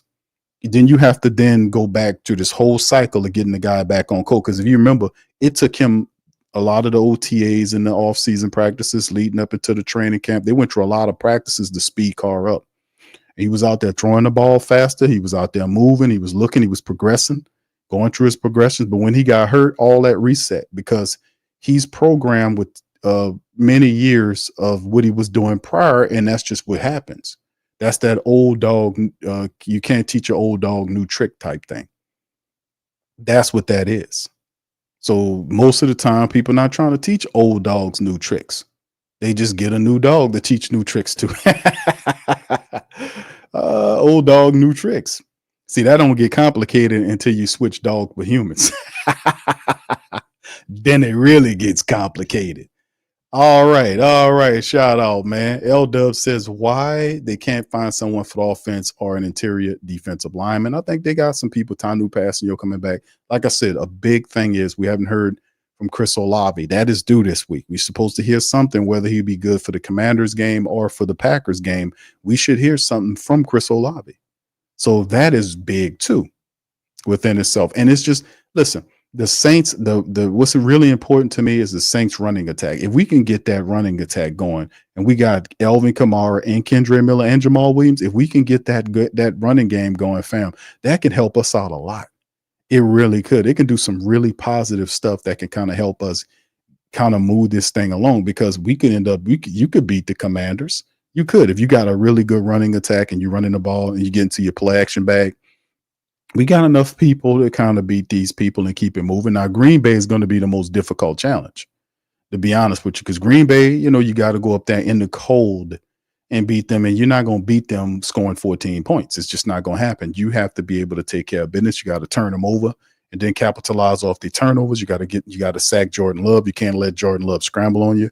And they got some people. You got to shut them down. You got to do all that in the cold. And when it's cold like that and you're on the road, you got to bring your running attack. You got to have a stiff defense and a running attack, and you got to participate in clock management. That's how you're able to cipher away opportunities from your adversaries, by working the clock. So, I mean, we got a 3-pronged running attack, and our offensive line is solid and healthy, and we doing what we're supposed to. We can steal some wins here. And I'm not saying we are, but I'm saying it's a possibility that you can steal wins from these people. But you got to execute, man.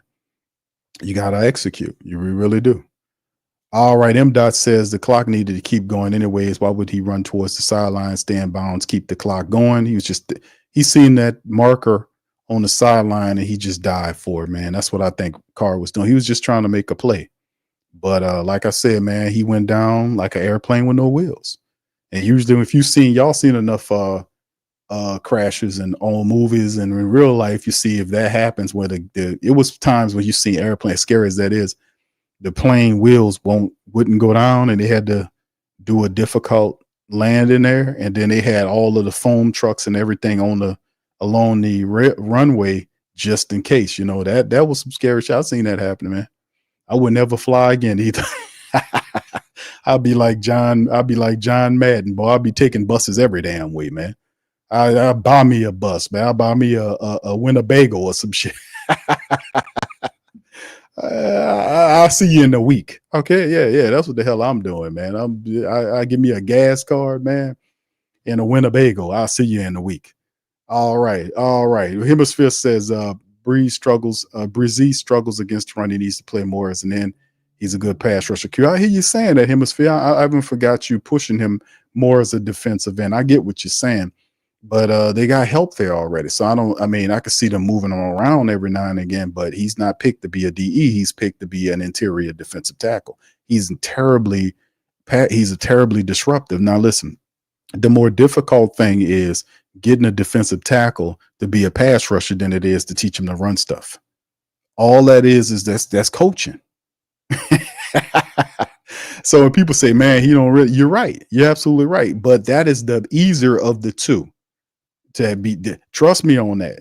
And you don't see too many defensive tackles that lead their team with sacks, and both their starting defensive ends are healthy. The guy got 6.5 sacks. I think Curl has 3.5. He's beating about three sacks. But I like him where I like him on the interior. He causes problem. And besides, the ends, it's not the only way you can generate pressure from the ends. You have to be able to, and a lot of people agree with this from a defensive standpoint, a lot of the if you can get internal pressure up the middle of the court into the quarterback's face and flush him out to the ends, a lot of people like that. So you got one that can do that. We got one that's disruptive. They just have to work on this pass rush side. I think it's a lot easier than the aforementioned the first one, right? All right, John says, will Grantham be replaced? Grantham already was replaced. He was they demoted him and gave him a senior advisor role. It was a demotion, right? When Rizzi took over. And Rizzi kind of gave him some accolades on the back of this interview right here. You know, he didn't want to talk because it no need to skewer the guy. The guy already out of here. Tuesday, he packs his damn bags and he's Oklahoma State's problem now. You know, but he was a guy that was here for the last couple of years. The defensive line really didn't grow up under him. You know, so they put Brian Young, who was the pass rush specialist, as the new defensive line coach. And you have seen a improvement, haven't you, with that Saints defensive line? When they were doing this, like, man, what's going on with the defense? You got Joe Woods over there, Brian Young operating as the defensive line coach. The Saints have seen some improvement there. They have seen some improvement there. They really have. So we just got to keep on improving. It's a lot of time. All right. Brian says we got 4 games left. Peyton Turner played the whole season without getting hurt. Just wanted to put that fact out there. LOL. All right. Thank you for that. All right. Eli said, what's up, Eli? Said we still out here. All right. There you go. I hear you. I see you. All right. Yeah, we brother Eli there. I had to pop in on my dog Lo yesterday to check on him, see if everything all right over there.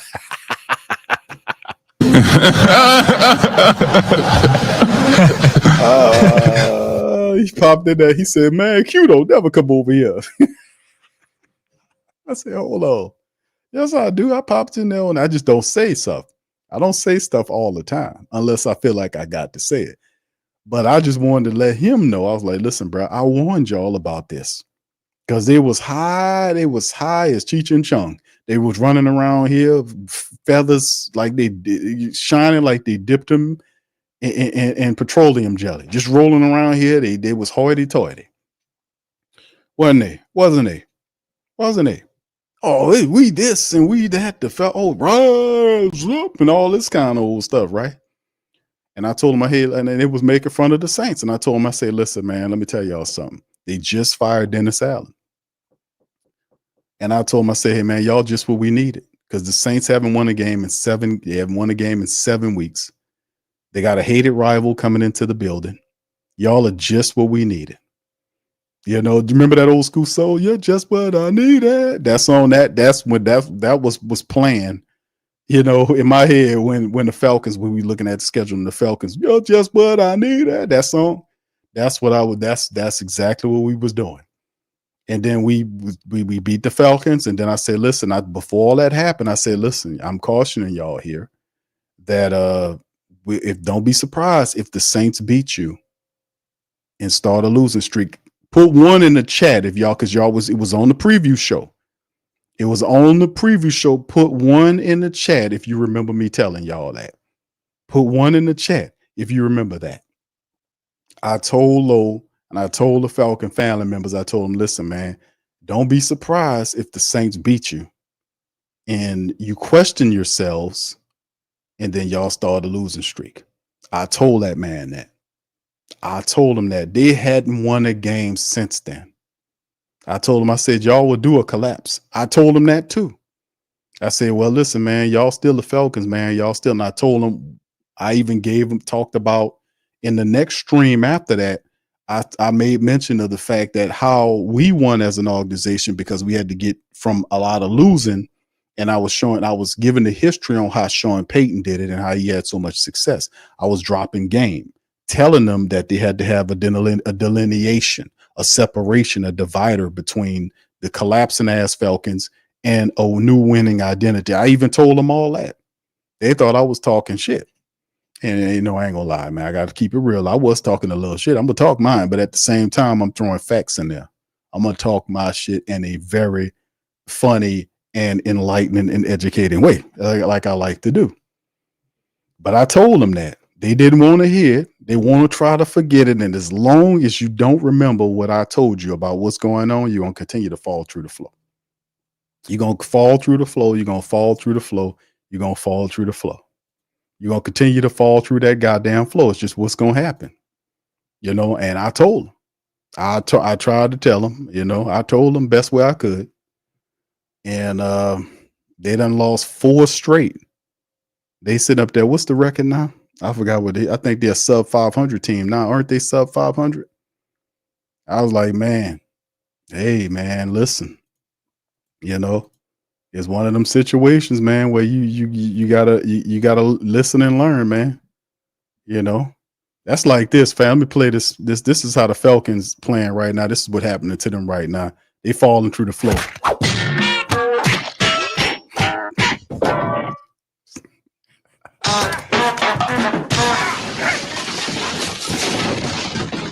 Yep.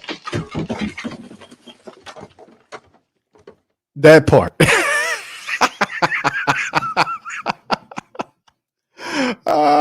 They falling through the goddamn floor. They fall. That's how they sound right now. Touching everything falling, hitting them upside the head, everything. Nothing. Just feathers smacked off them and every damn thing. I told them, I said, somebody gonna smack the feathers off y'all ass. You ain't gonna be able to fly nowhere. So yeah, there you go. All right. Anyway, let me stop picking at the Falcon people, man. All right. What's up, brother Jerry Covington? Shout out to you, brother. Good to see you, my man. Appreciate you, man. Brother Roe, OG in the building. Much love to my brother Jerry and Jerry Covington. Both Jerrys are in the building. Brother Duke's in this thing. Backwoods. Shout out to you.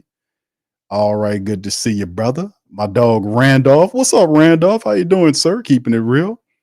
All right. Duke says, Q, he says, what do you think? What do you think? Go with Rattler. We need to bring some QB. Now I think Rattler's the guy. Rattler's the guy. You just got to give him a running attack. And like I said, Juwan Johnson, I give that's a lot of stuff to be positive about, to be honest with you, because Juwan Johnson's play is really picking up. I don't know if you guys noticed it. I know y'all probably did, but his play is picking up, right? We got our starting 5 offensive linemen. We got Kendre Miller back, along with Elvin Kamara's playing really well. We got Jamal there. We can kind of, trio those guys together. We'd be fine. MVS, they're moving them around, which is providing more opportunities. We just need to find another. Kevin Austin Jr. is playing well. He's another positive. The Chris Olave news will be big this week, but I really would like to see Mason Tipton get another chance in the offense because of his speed component. I would really want to see him there. I think he gives us more of a punch than, say, Cedric Wilson Jr. We need another guy to stretch the defense. The guy that, Cedric Dunn, he's just a possession guy and doesn't have any speed. We need somebody else to respect. But I think Rattler would probably be the choice. And besides, it's the Kubiak was involved in selecting Spencer Rattler. So that's his hand-picked guy that he wants to work with any time. So any chance he gets to work with him, he's going to make the call. And then that just proves that Jake Haener is just a buffer quarterback. But he's allowing this to happen. He didn't even have to do that. If he would have been honest and keep it real and don't let those people play him like that, then he wouldn't have to get embarrassed like what's about to happen. Because, Rizzi if you listen to, and I just played the Rizzi interview, if you listen to what he's saying, we got to go talk to the offensive staff and find out. They're going to tell him who they're going to have at quarterback. See, he was trying to play the shell game where he was trying to keep everybody balanced. He had the scales of justice. And the scales of justice is usually something like this. The lady holding the scale, and one is up here and the other one down there. It's not balanced like this. In the scale of justice, the one scale is higher than the other. He's trying to keep them here. And that's because they're going to tell him who they want. And I guarantee you, Kubiak, who's the offensive coordinator, is going to say Rattler because he drafted Rattler. Rattler fits what he wants to do more than Jake Haener does. Jake Haener is Carmichael's boy. Carmichael picked him. And Pete Carmichael, just like Coach Possum, are history. They're gone. So it's just the side effect of that, man. But he shouldn't have to play himself. Lloyd says it's not going to happen, sir. The Saints suck. But I appreciate your work and effort in putting out Saints information. Thank you, Lloyd. Appreciate you. Thank you. That was a very polite and respectful way for saying, man, the hell with that Saints. That was very polite, Lloyd. Hey. That was pretty good, Lloyd. That was very respectful, brother. I appreciate that, man. Thank you. Appreciate that, man. That was very polite, wasn't it, family? Very polite. What's up, God's appointed one? Pelicans Nola, shout out to you. All right. What's up, Terra 6, man? Appreciate you, man. Said Falcons so bad, Saints still got Dirty Bird's feathers. And then we smacked the feathers off there. I warned them. I told them, fam, y'all listen to me tell these people this. Y'all heard it? And I told them, man, and it was like, man, Q put what they call it? They put the voodoo, Q spoke it into existence. No, it's not the fact. Are you speaking something into existence if you have been in a situation, you walk down the path, right? Like a lot of time game, like I call it game, but it's life experience. You just have to have the ability to articulate it in a way that is universally accepted, right? And that's where you have great success on, right? So the thing is, if I've had experiences in my life where I paid attention to stuff, right? And I've seen situations happen over and over, not once, which would be considered, an accident or a unique situation, or whatever, or twice, because two things happen twice is not an accident to me. It's a pattern. So one thing happens one time, and then the second thing happens. It's a pattern now. And anything after that, it's just you building the pattern, you building the routine. You got a behavior pattern that's set.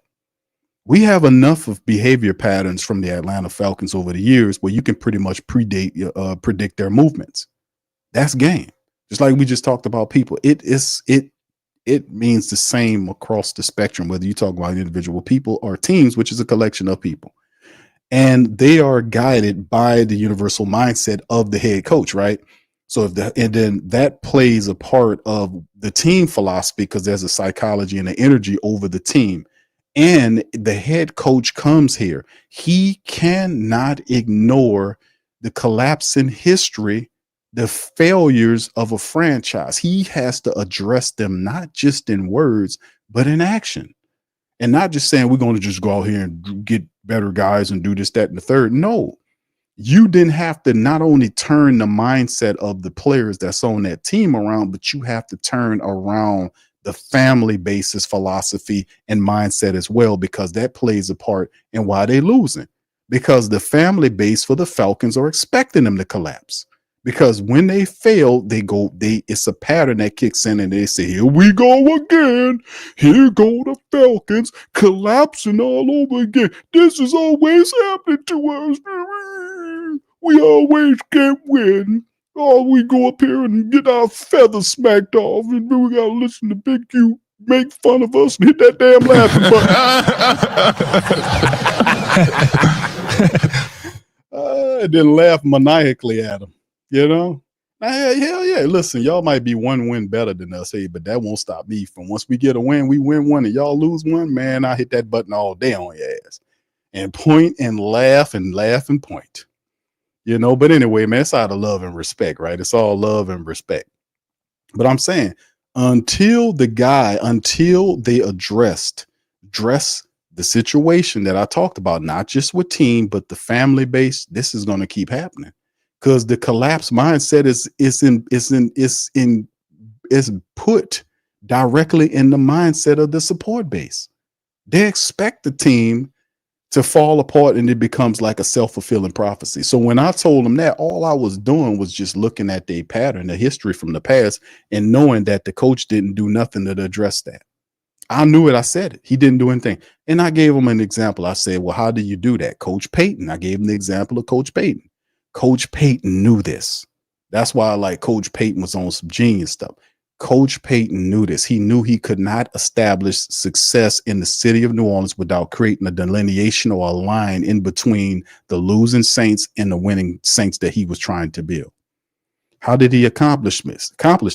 He brought in a voodoo priestess. Whether he believed that or not, it had an impact on the Saints support base to see that happening, because he didn't do it privately in his office somewhere and she moving around with a snake dancer. No, he didn't do it privately. He did it in the stadium with a stadium full of people. He did it twice that I know of. He also did mock funeral processions where he'd have it was a jazz funeral. Y'all remember, put one in the chat if y'all remember Coach Payton doing this.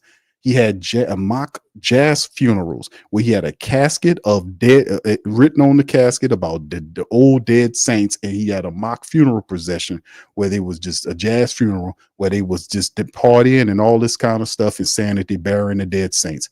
He was intelligent and genius enough to create a delineation in the minds of the support base and the players so he can be about the business of winning. That's how he did it. Because if he hadn't done that, then you'd have been hearing all the stuff about the ghosts and trying to stop the Saints and all that. The next thing you know, you had field goals that usually would miss was going in. Y'all remember that? And people was even clowning and saying Tom Benson in there directing the football. It sounds crazy, but I'm telling you, this is what happened. And not only that, but Coach Payton would bring in people. He would bring in, because he stayed here for a long time. He was really good at bringing in motivational speakers to reinforce his message. He was really good at doing that. So he'll bring in entertainers. He'll bring in basketball coaches. He'll bring in all this stuff to talk to the team and reinforce winning. And he did that for a long period of time. Until they get that, they won't get out of that rut they're in. You can't, you won't get out. That's game right there for y'all ass, but they will not take it. They won't take it. I told them that months ago. That's game. I gave it to them. I said, that's how we were able to turn the tide. They won't listen. They won't listen. Because I told them this shit weeks ago. I told them everything was going to happen. I said you was going to start doubting yourself. I'm going to start you on the 4-game losing streak. Oh, you just talking some shit. I'll say, oh, really? Am I? Am I? Or maybe I just know what I'm talking about. They won't listen.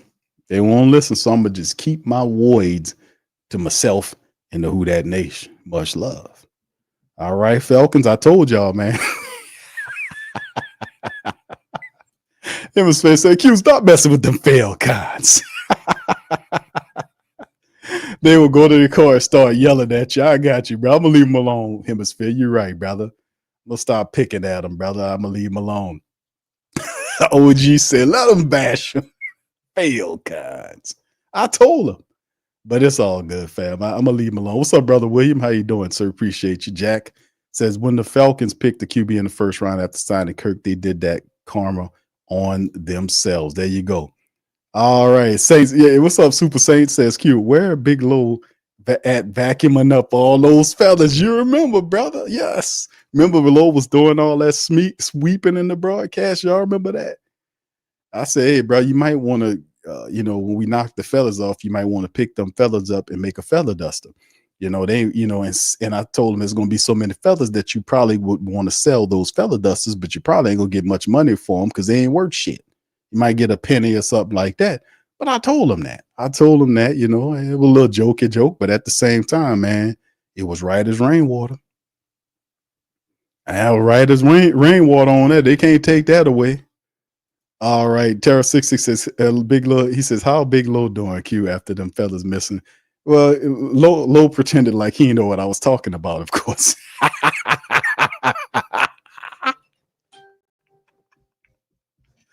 He pretended like he didn't know what I was talking about, obviously.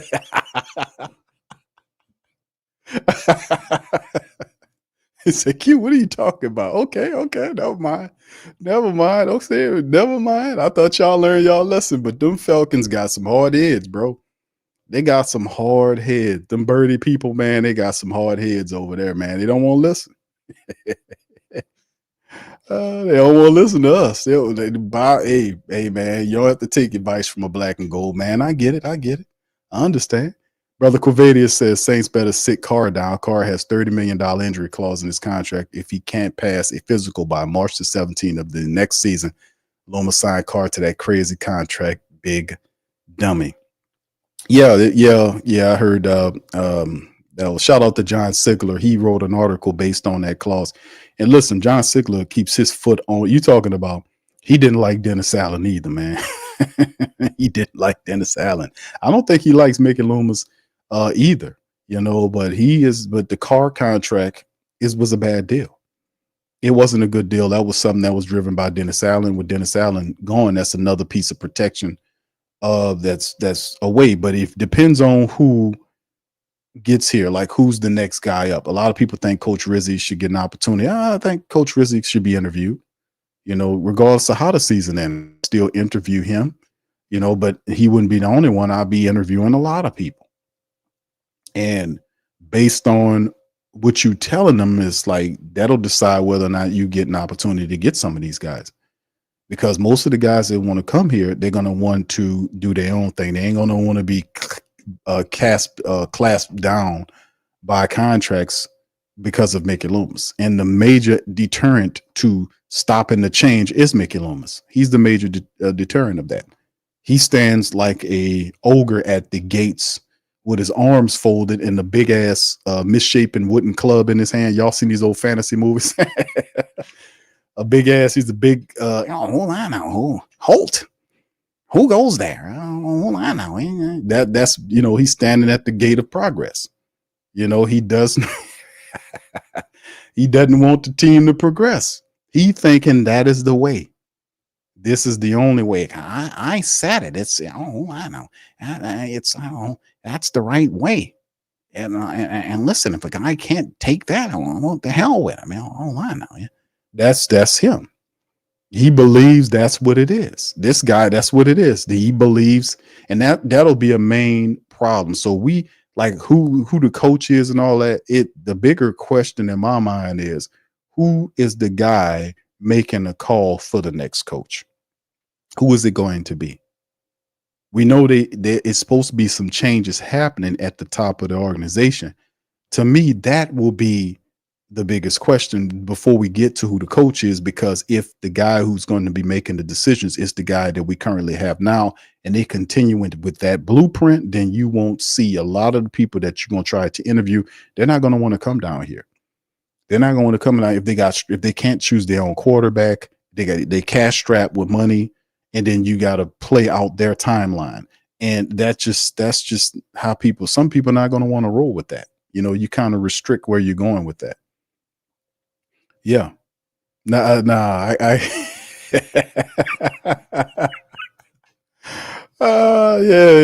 That Rizzi, man. I bust that Rizzi for y'all, man. That was for my dog OG to the third degree. Shout out to him. He been waiting on that Rizzi since they brung in Rizzi several games ago. And I've been working on my Rizzi, and people telling me, Q, you almost there. Keep working on it. Yeah, bro. I listen, man. I at the end of the season, I want to be, really good with my Rizzi impersonation to the point where Rizzi and Mickey can have a conversation for y'all, man, at the end of the year. That's what I'm trying to work. What I'm trying to do. I'm trying to get the Rizzi and the Mickey right where they need to be. Now, that'll be cool. Where I can get Mickey and Rizzi talking to y'all in the interview. That'll be cool. That's what I'm trying to do. That's what I'm working. Yeah. Pelicans Nola says Gail Benson, you better listen to Big. Yeah, we trying, man. She listened. When they fired Dennis Allen, that wasn't just me, that was the entire Who Dat Nation. The Great Saint Think Tank was promoting this. The Great Saint Think Tank, it wasn't the vast majority of the people, but it was enough. Like I told you, you're not going to get everybody to go along because most of these people don't know what a code is. They're not going to stick to no code, and most of them only care about their own selves until something happened to them. Then they're going to want you to help them out.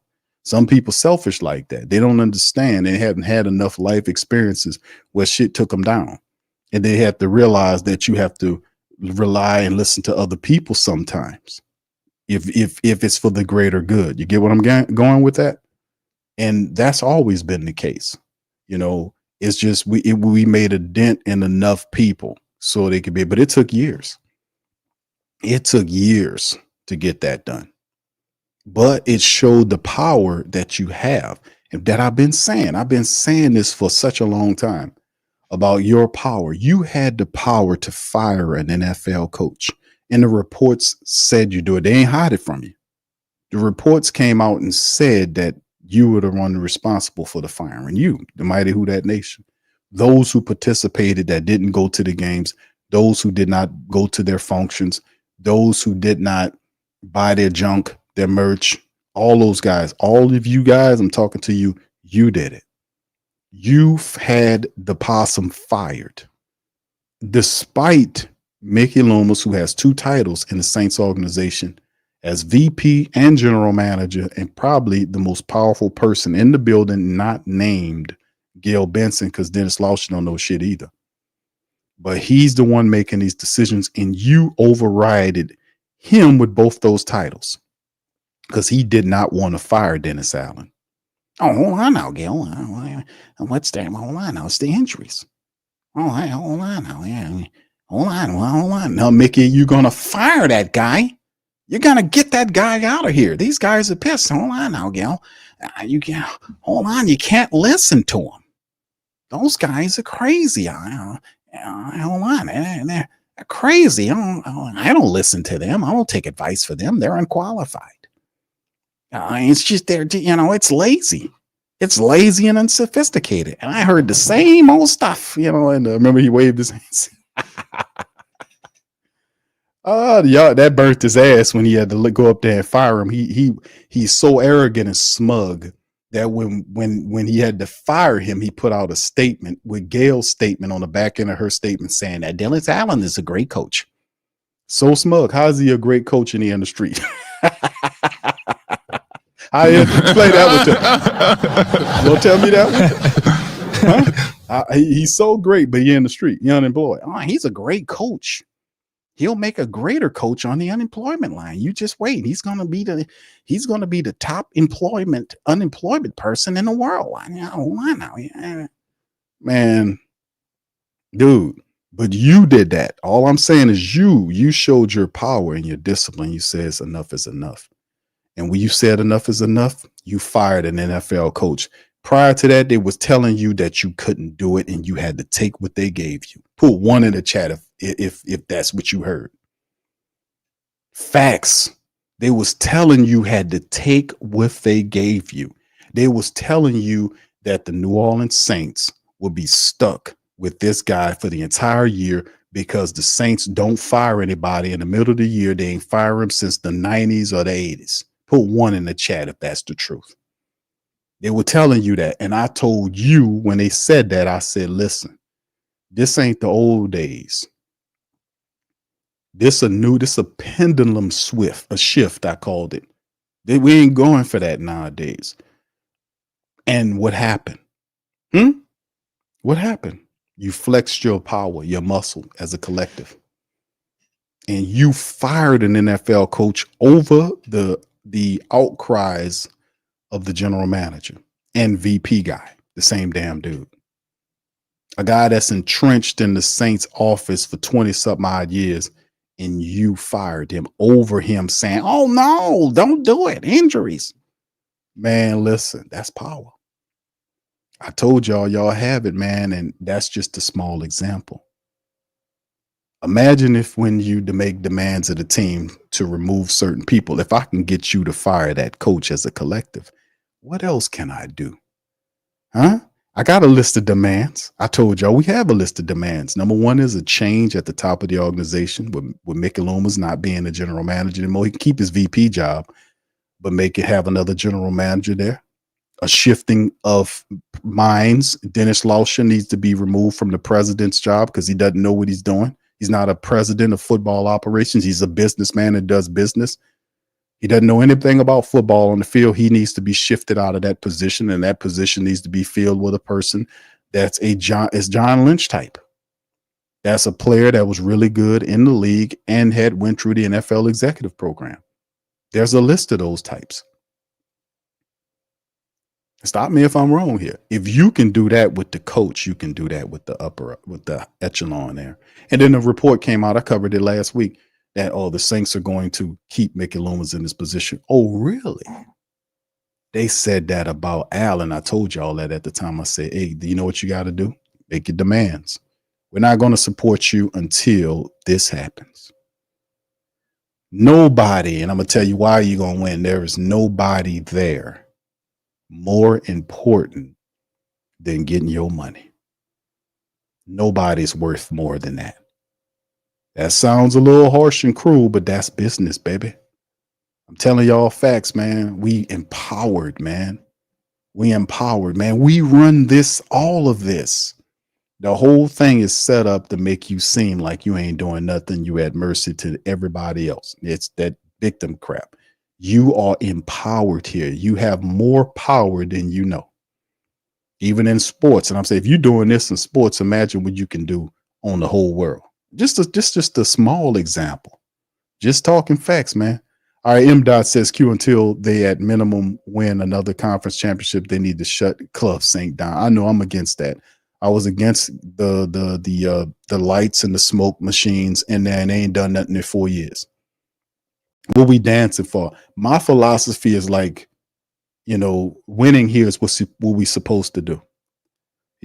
That's almost, like, okay, we dance when we win, and what you do when you lose? Just be sad and walk around the locker room pissed off.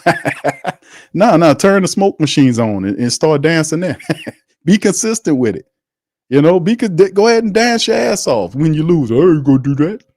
Well, act like you've been here is what I'm saying. You're supposed to be, happy about a win, but at the same time, I don't think smoke machines and all that's supposed to come out until you do something like win the NFC South, get a crown, then turn the dance machines and the smoke machines on. That's something to celebrate, right? I mean, we done dropped down to the lowest denominator here. We just celebrate with a win. For us, yes, but for you're supposed to understand and know you don't break out no smoke machines and disco balls unless you win the NFC South, get a playoff victory, and ultimately go up and up and up. I ain't saying you can't be happy, but what you need smoke machines and disco lights for? What the hell is that for? What is that about? I'm like, Bill Belichick don't play that. Bill Belichick, like, his philosophy is, hey, man, act like you've been there before. That's what he tells them. And he won more championships than anybody that I know. You know what I'm saying? But that was his philosophy. I'm against that Club Saint shit. I really am, man. What you celebrating for? They dancing their ass on. We just got five wins on the season. What we dancing for? What we celebrating? I just got paid. That's what they dance. You got your direct deposit money? Yeah. You get that whether they win, lose, or draw. So it is what it is, man. We just got to keep it pushing, man. William says, Q, what is that song Big Low was singing early in the year? Yeah. The juvenile parody that he was doing. I don't hear he not playing it that much this often right now. So like I said, the Saints started the slide. The black and gold started that slide for them. It's just what it is. We'll see if they win. They probably get a win this week. They do for a win now. But when that losing grabs you, it grabs a hold of you. You got to find a way to shake loose. Giovanni says, Q, should we draft another defensive tackle to complement Rizzi? Now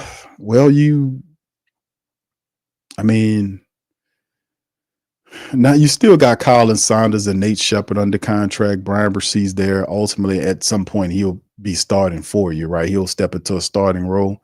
The Saints did draft, what's the guy name? Christian Boyd.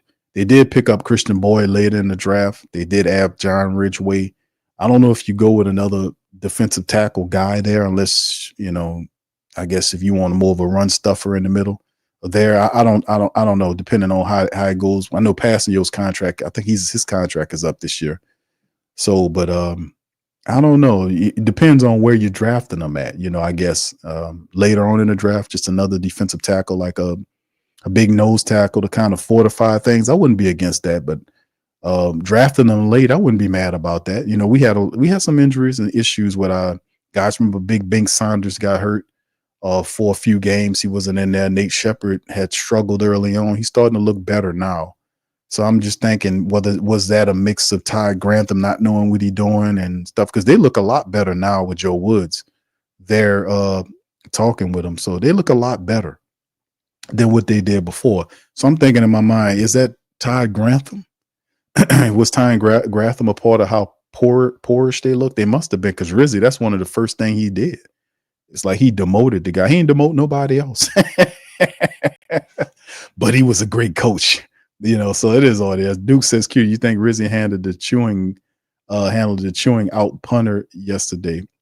He said, do you, Rizzi, handled the chewing out punter yesterday? Appeared AK-41 had to do.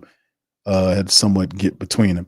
He that's he says passion, but you know, he took it too far. He took it too far. He blew the kid up, man. It's a rookie punter. And Matt Hayball has been you know, doing a hell of a job. Matt, there was an article I covered last week that Hayball was could be mentioned in Pro Bowl voting. You know, he don't think it would be. He was so humble enough to know, but he didn't have to blow the kid up like that. You know, he didn't have to blow him up. He threw his damn hat down. I mean, he literally slammed his hat down and started bitching at the kid and just literally lit into him. You can see the guy standing up there with his eyes open, and Rizzi's tearing into the dude. And Alvin Kamara had to come and like, yeah, let me go ahead on because the cameras is turning. Let me go ahead on and get you. And Elvin did that shit because he knew he wasn't going to blow up on Elvin. Elvin's the team star. So Elvin used his star power and his influence and to kind of settle that situation. That's why I got love for Elvin Kamara because he didn't have to step up in there. Ain't no damn coach came to that dude rescue. What was Phil Galliano to get in between Rizzi and them? Ain't nobody else popped up there except for Elvin Kamara. Did you notice that? That's a true team captain. And, you know, he just stepped up there and got in between Rizzi and saved Matt Hayball. He really did, man. But I think he overreacted on that. You know, that's what I was saying about Rizzi. Rizzi is passionate, but, you know, at some point we got to have some emotional intelligence too, right? Is there such a thing? Emotional intelligence, because he won't make it through a full season of being a head NFL coach the way he behaved. I mean, he gonna get up out of here. You're gonna have to tag a ambulance to his leg or something because you have the ambulance with the doors in because he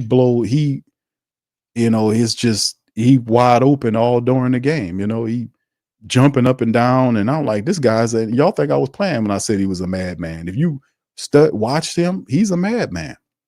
You know, his eyes is bucking, he running and pointing, jumping up and down.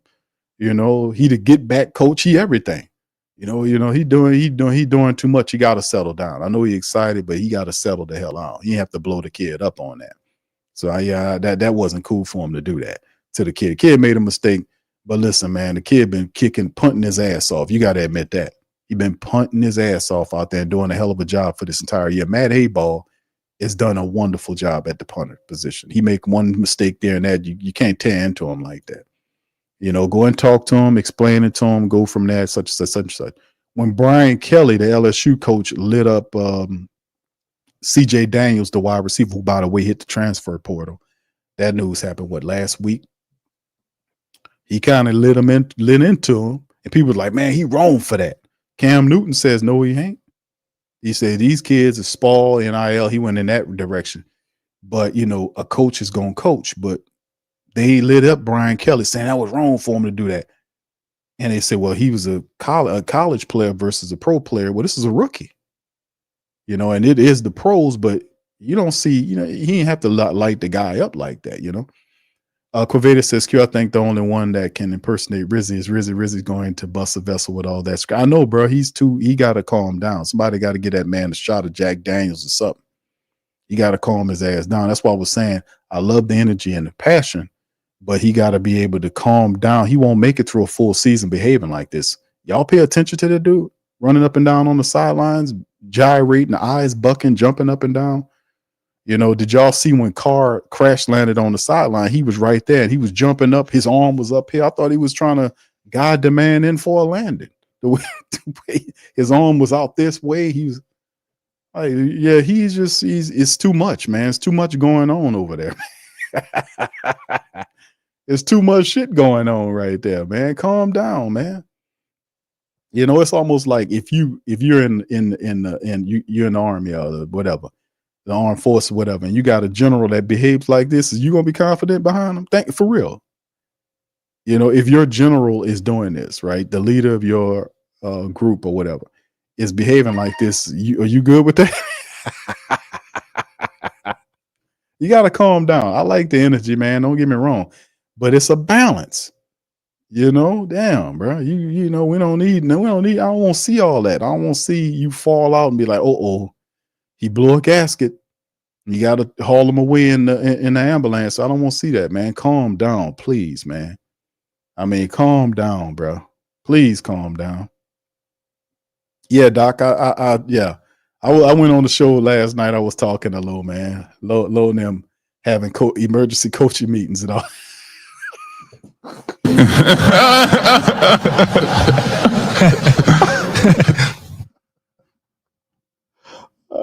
So it's a competitive. My dog and I got love for my dog, Low. You know what I'm saying? That's my boy. That's my brother. And he just keep having emergency coaches meetings.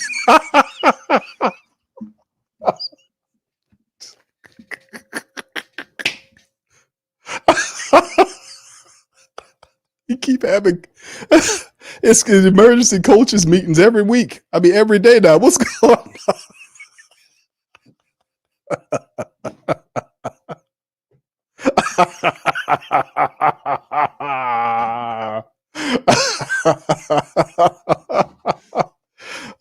It's just emergency coaching meetings every damn day now. What's going on? Do I have to send somebody over there, man? Do y'all need some help over here? What's going on there? And every time I turn around, the goddamn back signal is the goddamn bat signal. The goddamn bat signal is in the air every time I turn around, man. That's all I know. All I know, man. That's all. Every time I turn around, it's the bat signal. The damn bat signal is in there. I said, oh shit, there we go. Oh, there it is again. Oh man. I hope y'all, that was a good hearty laugh right there, man. All I know is emergency meetings everywhere, bat signals every goddamn way. Oh my goodness. I ain't gonna say nothing more, man. Y'all stop asking me about Big Low, man. Y'all y'all leave me alone about that, please. Y'all gonna have me fall out up here laughing. Bat signals every damn way, every damn day at the same time. Is bat signals in the air over the city of Atlanta.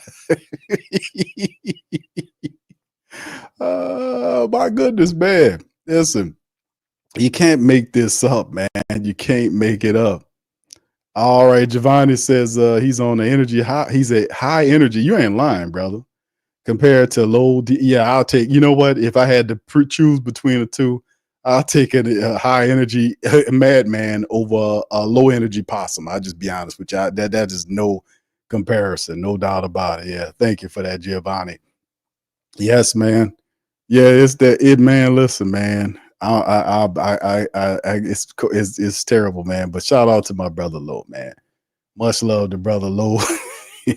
Big ups to my brother. Oh man. All right, what's up in English? She says we didn't look beyond the results. That's right. You didn't look. Yeah. That was another one that he was dropping old Mickey. Yeah, you gotta look beyond the results. You know, he said that, but guess what? You're right. We don't have to look behind the results, do we, Mickey Loomis? That really chapped his ass.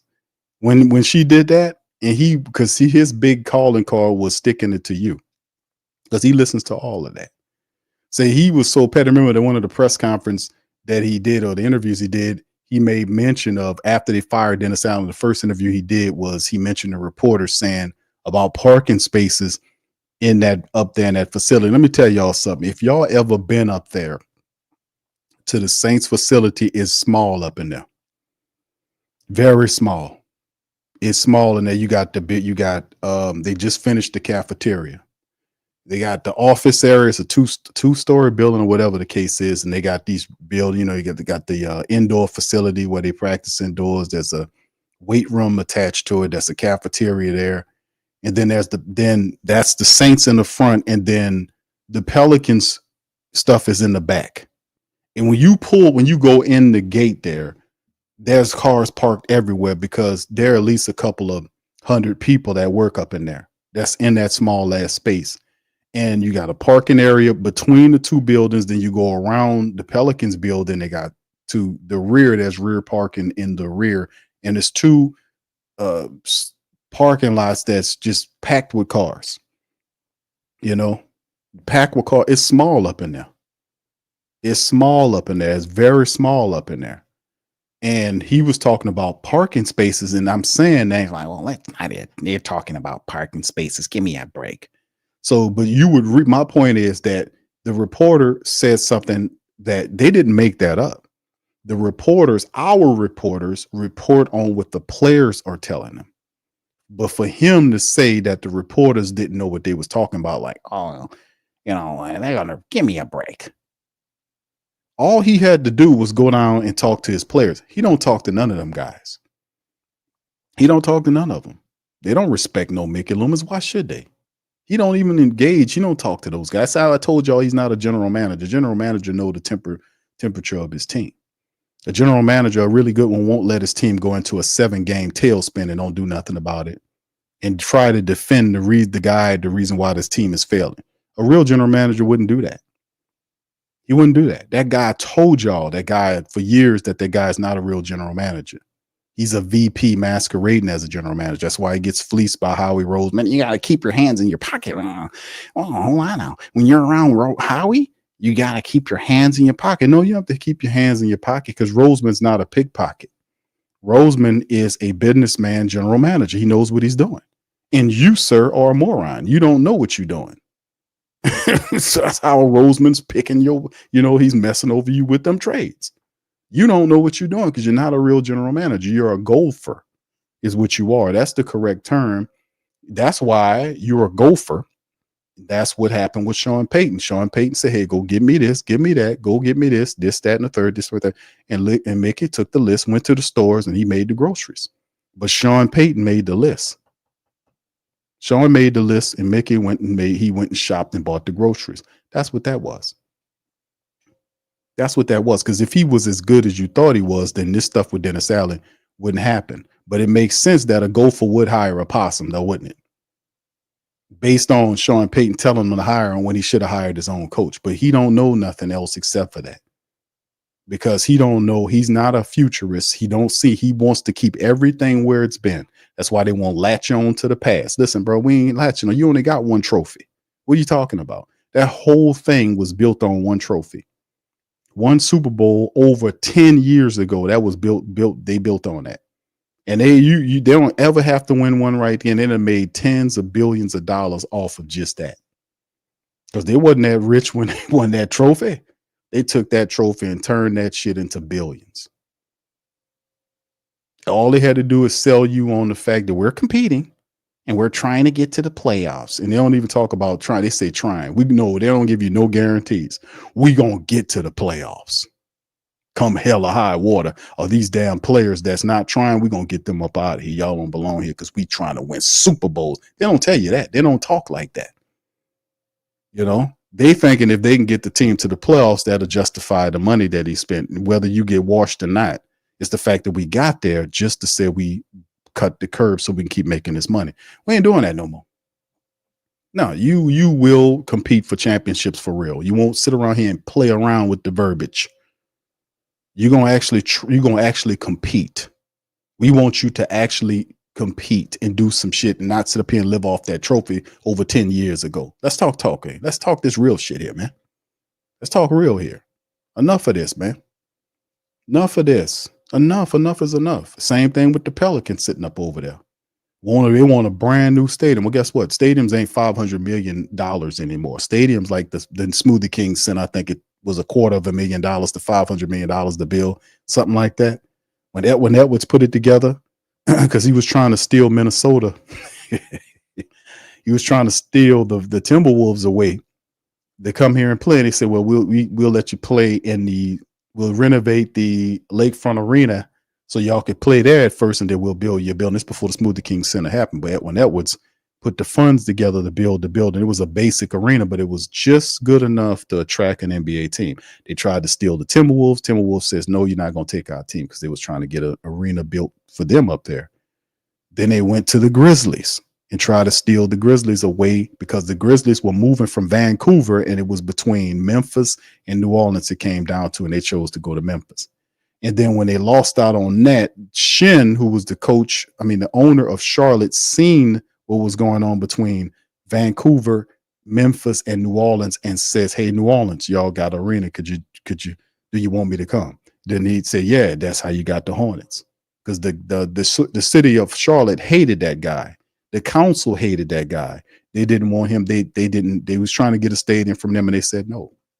So when he said leave, the NBA said, "That's all right. Listen, we're gonna grant you a team again. Just be cool." And they gave him the Bobcats. Then they became what they became now. After the Pelicans the Hornets got rid of the title, it went back to the city of Charlotte. They were able to keep all that stuff. And we got with the Pelicans, which is they did a naming contest and they asked people what you want to name the team. And it was a fake naming ceremony because the team was then named the name of the minor league baseball team that Tom Benson used to watch when he was a child with his people, with his parents and all that. They were called the New Orleans Pelicans, and Tom Benson bought that team's history and all that. And then coincidentally, right? Just a big coincidence that became what your NBA team was. What kind of coincidence is that, right? That's how they got the Pelicans name. Now he had an opportunity to get the Jazz. They was trying to sell him the name back for $5 million. They were going to give him the Jazz back. He said, "That's too much money. Well, I could just keep the Pelicans for free." So they were going to give him the name. They were going to sell him the name and everything for $5 million. He said no. I know about all this, man, because that's what I do. But anyway, the whole thing is this the same organization doing the same lousy stuff. Changes need to happen on everywhere around that because it's ran incorrupt and is incorrect. It's ran incorrect. There's too many business people at the top and not enough sports people at the top is what I'm saying. That knows enough about each thing. And there's not enough accountability. I would caution them to use more of a committee approach when making decisions as far as the Saints are concerned and not just have one stubborn bastard up there trying to shoehorn everything toward his direction. You get what I'm saying? Same stuff with the Pelicans. Got one dude that don't know what he's doing, running a team into the ground. No accountability, no timeline on what you can do. All right, just take as long as you want. You've been here for 6 years and you know, 3 coaches in 6 years. Yeah, don't worry about it. You can't keep your players healthy. Don't worry. We just sell them as injuries. Man, get out of here, man. All this has to change. This is not how it's supposed to go. All this needs to change. And you are going to be the instrument of change. They rarely want to change because they're making tens of billions of dollars. Why would they change? When they can sell you hopium and tell you, "Hey man, next year's gonna be the year. You watch and see." If they can sell you hopium, they ain't gonna change nothing. They only change to suit your needs, which lets you know that you're the power dynamic. You're the steering wheel that drive everything. So they're gonna make moves to impress you to get you to bring your money back in full. Well, let's give them some ideas. And that's what we're doing. We're gonna give them some ideas. So that's what it is. But anyway, man, let me get ready to get out of here, man. Picking that low, having emergency coaching meetings every damn night. Oh man. Bat symbol in the sky over the city of Atlanta. Batman can't save y'all ass, man. He got his own damn problems, man. He trying to put the Joker in jail. The Joker keep breaking out of jail. I don't know how that do. How you keep putting these damn people in jail and they keep breaking out. What's going on? You're the bat signal of Atlanta. Let me tell you something, man. They ain't coming to help y'all ass, man. That man got enough problems trying to keep the Riddler and the Joker and Two-Face. Two-Face a whole gangster out here. You got to put these guys in prison because they keep breaking out all the time. He ain't got no time to help y'all out over there. Hell, he ain't got time for all that, man. You know what I'm saying? Shit. All right. Anyway, man, listen, man, I'm gonna get ready to get out here. I appreciate all y'all, man. Y'all do me a service. Hit the like button. If y'all enjoy the stream, hit the subscribe button. Feel free to share the show on your social media feed as well. And also feel free to kind of check out our supporters of the platform, Mint Mobile, Teach, Henley, and Bet Online. There's deals there. You can feel free to check out Mint Mobile. They got a good sale going on right now in the month of December on cell phone service. I'm telling y'all, man, check out your budget, do your budget, and check out that cell phone cost. Because like me, Man, I got 3 people on my phone. I got me and my boys. Phone service, man. Let me tell you, they give some really good deals there. The service is really good in terms of coverage, and they got some really good prices going on right now. So y'all guys want to save some money on them cell phones, fam. Check out that Mint Mobile. That's why they're a sponsor of the show. Cause I'm trying to find some kind of way to help the family members. Teach Henley, you can get like 20 to 40% off his skincare products for the brothers. I mean, I've been using it, man. You know what I'm saying? I'm kind of rough, man. So, but man, it really kind of, it really helped y'all right there, man. Got the sisters, going to be choosing on you, brother. So get ready, because the sisters going to be choosing. That's all I got to say about it. You know what I'm saying? And then, of course, Bet Online, man. Bet Online, man. If you can't make money with the Saints, make money on the Saints, because they do it to you. That's my saying. That's how I go. But anything, let me get 2 more, then we're going to get the hell up out of here, man. Giovanni says, Q, can you clarify the whole parking situation? Can players not park there? Yeah, they can park there. What they were saying about the parking situation. Number one, like I said all that stuff about how tight it is up in there. If you have to actually go there and drive around there and see how tight it is up in there. It's very tight up in there, because you got a bunch of people. It's not just the players and the trainers and all these people. It's a whole staff of people. They got marketers, people. They got marketers and social media people and graphic design people. There's a bunch of people that work there, that work down there outside of Mickey and Gail and all these people. There's a lot of people work down there. So it's a bunch of these people. It's the athletes from not only just the Saints, but the Pelicans are in there. And it's just a tight area. So, you can go in there and see there's a parking issues. Hell yeah, it is. Hell yeah, it is. Because the area where the execs park is separate from where everybody else park. If you go to the facility and you face the gate, you're looking at the little sign, the Saints on there. You see these Mercedes-Benz parked out front. That's a lot of time that be the ups be parked right there in the front. Then you go around the side, you see the workers there and some of the people, some of the Saints guys parked there. Then you go behind the building there. You got for the Pelicans, you see that. Now I seen Jose Alvarado sitting in his car. He was sitting in his car, chilling. No, he was talking to some dude running his mouth, man. He was backing up they had a guy with some type of van or something, like this big truck moving around. And they was doing some work on them. The cafeteria wasn't done yet. This was before the cafeteria was done. He was finishing up doing landscaping work in there and doing all that shit up in there. And the guy was trying to get past, and whoever this dude was he was talking to Jose Alvarado in his car. The dude had to move Jose ass out the way so he can get out of there. That's how tight that's how tight it is in there. So, like I said, yeah, I can see it would be a parking issue for some players because it's tight in there. That's a lot of people in that tight space. And you ain't talking about just Saints people. There's Pelicans people in there too. They share that area and it is compact.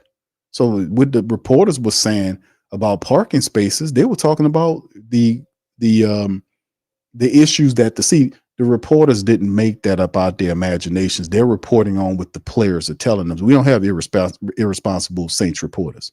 Our Saints insiders and our beat writers, Saints News Network, Saints Wire, Nick and Mike Triplett, and it's a lot of others. If I miss you, I'm sorry. Charge it to my head, not my heart. But we have the best Saints reporters. This is the best that I've seen. NOLA.com with Brother Rob and all these guys. They're terrific. They're awesome. But the thing is, when they get told stuff by some of these players, they're going to write what they are told. They're not making up any stories. They're not making up anything. And I believe them before I believe that Loomis. I believe them, Cat Terrell, all of them. They awesome. But I will believe them over that Mickey Loomis. Give me a break. That's how he responded to the parking situation. But that wasn't my initial point. My initial point was that you will read all of what they say and pick that out, but you wouldn't mention all of the other stuff that they were saying that the boys down there was saying. You see what I'm getting at? He reading all of that, and he chose to pick that out to comment on as opposed to the rest of the stuff. He didn't have a reply for how the team was feeling, what was going on with the head coach and the players' thought on the head coach. He didn't mention none of that. He wants to talk about parking.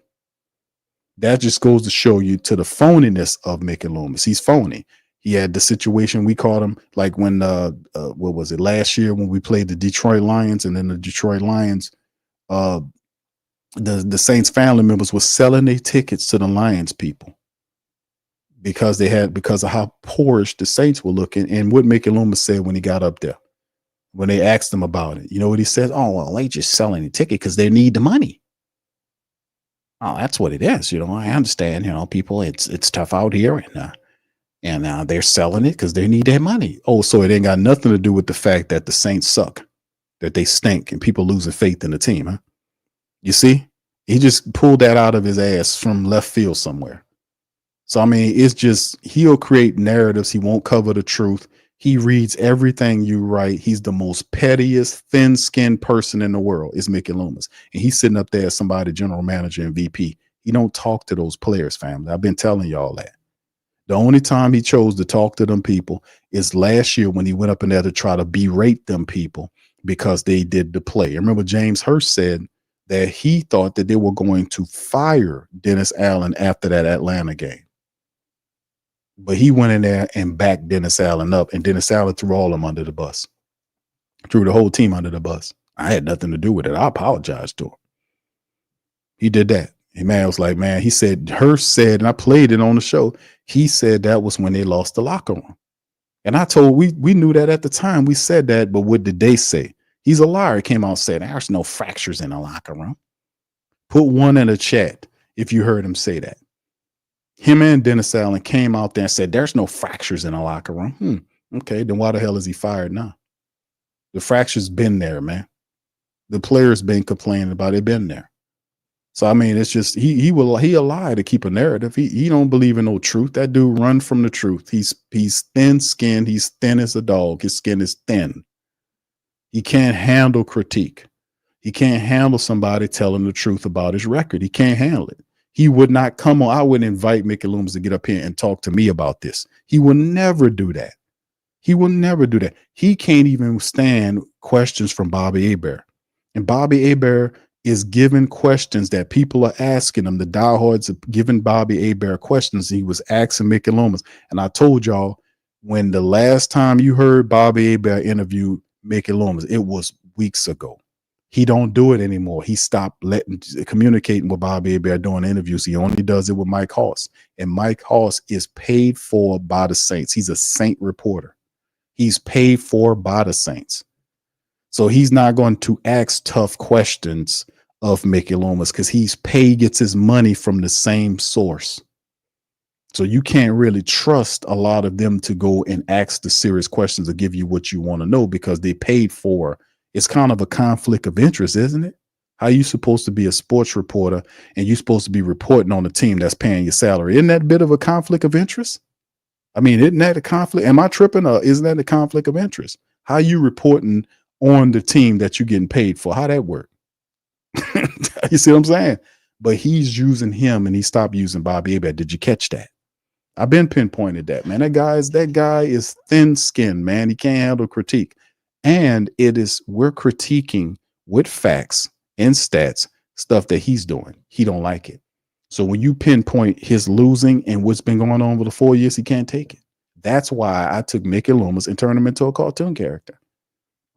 Oh, hold on now. Well, hold on now. Hold on. I heard what you said that. I'm like, God damn it. I did that. Most of the people didn't even know who the family members in Panthers Nation and the Falcons, and they didn't even know who that guy is. They don't pay attention. Like, we don't know who their GM is. We don't care who your GM is. We know who Arthur Blank is because we make fun of them. But at the same time, all these GMs, we don't care we don't know who these people are. We don't care, but they know who he is. They know who he is. So like I said, man, that's what the whole thing about the report. I trust my reporters over him anytime because he's been caught lying. He's been caught lying about stuff to protect Dennis Allen. Dennis Allen's supposed to be fired. So, his judgment is impaired. He's out of his mind. He doesn't need to be a general manager no more, is my point. Williams says, one more thing, Q, the NFL really love the Rams. That was some horrific referee calls against the Bills on yesterday. Yeah, they get down and dirty, man. Like, yes, I don't think the Saints were supposed to win the game. I said that at the end of the game yesterday. I was like, I don't think the NFL wanted the Saints to win that game. All of those terrible calls that was going on, the interception, I kept going back to that because it was weird how the Saints, and let me just say this for the record, and I'm going to leave this alone. It's very weird, just for the record, the Demario Davis interception, right? He intercepts the ball from the quarterback, right? Goes to the ground. There's not a offensive player rather, around him when he catches the ball. They're guys, the closest guy is 4 yards away. Nobody never comes and touches him down. He makes the interception, gets up, runs to the touchdown, scores a touchdown. The referees called it back and told him he was down. How was he down? Because they picked up the offense from the spot he caught the interception. How was he down and nobody touched him? They just make it up as they go. And I thought Demario Davis was going to talk about that in the press conference. I was waiting for it. After Rizzi got off of there and Brian Bresee got off there, y'all seen the press conference when Demario Davis walked up to the podium and they cut it off and they started talking. Y'all put one in the chat if y'all remember that. And then when the interview comes out, Demario Davis got a 3-minute interview that obviously was chopped and screwed. Everybody else had like a 6-minute interview, something like that. But Demario Davis had like a 3-minute interview. When do you know Demario Davis is doing a 3-minute interview? I'm pretty sure somebody had asked him about that interception, but they didn't want that to be talked about. That's the glitch in the matrix that you got to call out when you see it, you pick at it. You don't let them make it on it. You have to shine light and expose that kind of stuff because that's not supposed to happen. The guy never was touched. This is not college. You get the interception. If he wasn't touched down by the player, the opposing player that was there, and he wasn't, there was nobody around him. He gets up, runs for a touchdown. That's supposed to be a touchdown. They said they called it back and said he was down. They just make it up as they go. That is outright corruption. They violated their rules. And Rizzi, the guy on the screen, didn't bat an eye. You think he, with all that passion, did you think he blew the referee up and threw his hat on the ground and started bitching and pointing like he did Matt Hayball? He was as quiet as a church mouse. He didn't do none of that shit to that referee. Now, how that work?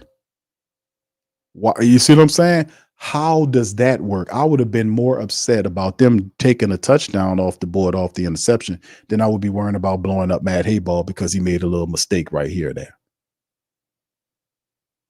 I'm going to say that and leave it alone. That's my little bit on it right there. But that's what I'm saying. I don't think they were supposed to win that game. They was doing everything. Matter of fact, there was a touchdown the Rams got that was on the goal line. The guy never even made it in the touchdown. Put one in the chat if y'all seen that. They came out and gave him the touchdown. The guy never broke the plane. It was very clear. He never broke the plane. Wasn't close.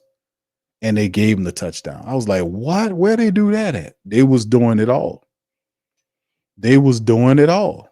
And I was like, I don't think we were supposed to win this game. It's just the Giants was so incompetent that they just didn't take advantage of the cheating referees. But that is what happens when you don't handle your business as an offense and you don't take the game away from the refs. If you leave it too close, they're going to try to screw you. That's how I go. That's the history of what we have to deal with the NFL official. If the game is close, they play within that gray area. So to alleviate and take the corruption angle of the referees out of it because the game is manipulated through the referee, you can't criticize them. It's the same thing in the NBA. When people started recognizing point shaving, that was like a rumor that Magic Johnson got caught in the point shaving. That's why he had it's a bunch of rumor stuff, but a lot of players was getting caught up. I know Hot Rod Williams got caught up on some of that stuff, but they used to do that back in the day. A lot of times now they just use the referee angle because you can't criticize the referee. A lot of the manipulation of the games happen through the referees. And you thinking the fouls and the calls are because the referees are incompetent. It's not that. It's not that. It's not incompetency. It's not them being incompetent. It's about corruption. Don't misconstrue incompetence for corruption because they use that. That's like when old boy got his head took off in Dallas, Texas all them years ago. They started talking about how incompetent whatchamacallit was. I'm like, that ain't no incompetence, man. You know, it's just it's like you got to see the glitch in the matrix, man. You got to see how shit go, man. You just got to use your common sense, man. When funny shit starts smelling funny and sounding funny, then you know that's a glitch. It don't make any sense.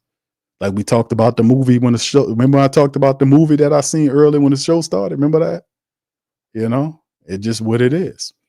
All right. So anyway, yeah, he says Diddy gave up like he was supposed to stay down, like that INT sealed the game.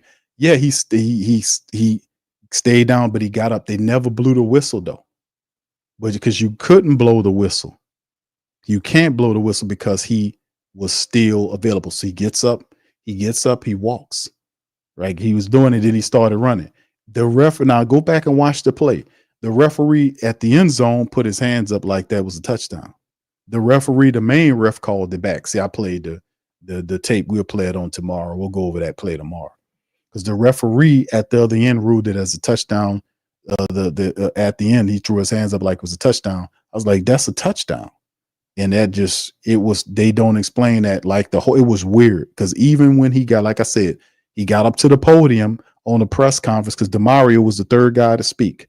It was Rizzi, it was Brian Bresee, and then DeMario Davis walked up there. And right when he walked up there, they cut it off and started talking. That's what they did. Let me see if I can pull that up, man. Y'all think it's a game, man? Let me do this and I'm going to get my ass on up out of here. But let me show it to y'all because it happened on the press conference. I'm like, yeah, I was waiting for DeMario Davis because I wanted to know what DeMario Davis was saying about that interception. But we never heard it. We never heard what he had to say because right when he got to the podium, he walked right. You can see him coming up. Hold on, let me show y'all how it played. Because right when your boy Brian Bresee left, DeMario was walking up. Here it is right here. Brian Bresee was talking about the game and he got ready to leave. He leaves the stage. Watch DeMario comes up and they just cut it off. Watch DeMario walk up there. Look, and then they go boop.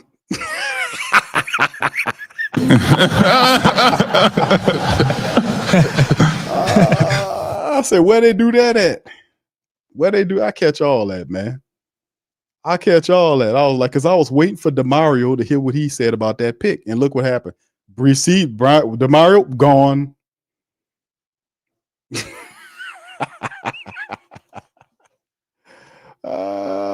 Y'all think it's a game, huh? Y'all think it's a game. I be telling y'all this shit, man. I be telling y'all the truth, man. I be noticing them little glitches in the matrix. I be trying to tell y'all, man. I be like, man. And then what they did was DeMario Davis was coming to give the game. And then what they did was they released the interview separately. But DeMario's interview was obviously edited because we didn't hear anything about the pick because he had an interception. You would talk about that because that's the play. That's the main play.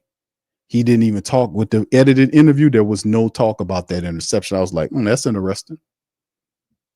Did y'all listen to the DeMario Davis interview he did today? It was 3 minutes and he didn't even talk about the picks. The pick, who don't talk about the pick when a linebacker gets an interception? Because he dropped two of them in this game, right? Remember, DeMario had two of them he was trying to get. He dropped two of them. He got one. Then he returns it for an interception and that doesn't come up in his interview at all. Come on, man. L-Dub says, wow. Yeah, I catch all that. Yeah, we got that. I told y'all, man, it's some funny business, man. We ain't out of the woods with a lot of this stuff, man. But we just gotta when we see it, we just gotta call it out, man. But anyway, listen, fam, I'm gonna get ready to get on out on that. I appreciate all y'all for chiming on this episode of the show. Like I said, please do me a service and check out our sponsors, man. Show them some love. Hit the like button, hit the subscribe button. Feel free to share the show on your social media feed as well. We keeps it 150 over here at the Sports Coma, representing the mighty Who Dat Nation, man. Listen, like I said, this is going to be a very interesting week, man. Listen, a lot of stuff we paying attention to. Tanu Passanio might be coming back. Chris Olave, word on him. Remember, this is the week we're supposed to hear about Chris Olave. A better performance from our 5 starting offensive linemen. Kendre Miller having a second game with him and Elvin Kamara. Jamal Williams getting involved. Like I said, it's a lot of stuff to be happy about, despite the injury to Derek Carr, Spencer Rattler's there. That's excitement of having Spencer there to kind of light it up for your young quarterback in there doing this thing with a running attack. Juwan Johnson been playing a lot better. The defense is playing better. Our special teams is going to clean it up. So, it's a lot to be kind of positive about heading in the direction. We ain't exactly falling off the cliff like the Giants is. We in this thing somewhat. I'm not saying we're going to make no P word. You know what I'm saying? I don't want to say the P word, but at the end of the day, one game by one game approach is how I'm living it. You know what I'm saying? We 5-8. They got to get to 6-8. Bottom line, you got to stop Jaden Daniels. You got to run the football. You got to control the clock and some other stuff we're going to go over later on in the week. I'm going to be back on our Patreon tomorrow to do the film work on the Saints game. We're going to cover all that stuff. We're going to go over the latest news, notes, and items on Patreon. So if you want to be a part of that to help the community, please feel free to go to our patreon.com/the Pro Media Network, or simply go to the link tree. The link is in the description section below, along with our sponsors and merch and the donation links and all that stuff. The website, all that is in the description section below. And with that being said, I'm going to get out on that. I'm going to see y'all on Tuesday for my Patreon and YouTube membership family. I appreciate y'all, man. Y'all keep y'all heads up. I'm going to holler at y'all on the flip side. Much love. Who that to you?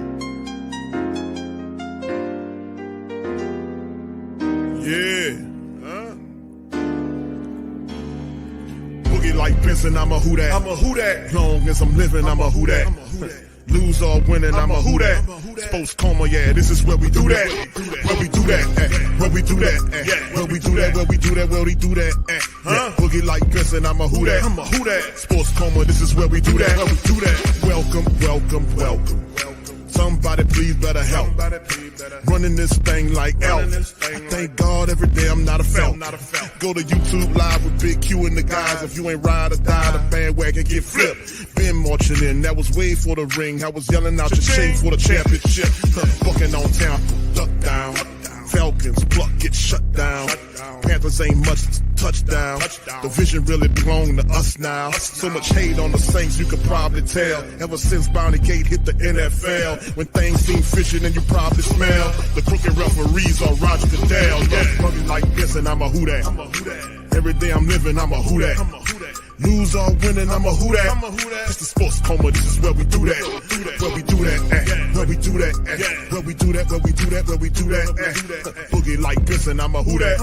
It's the Sports Coma, this is where we do that. You're listening to the Sports Coma with Big Q and the guys on the PRO Media Network.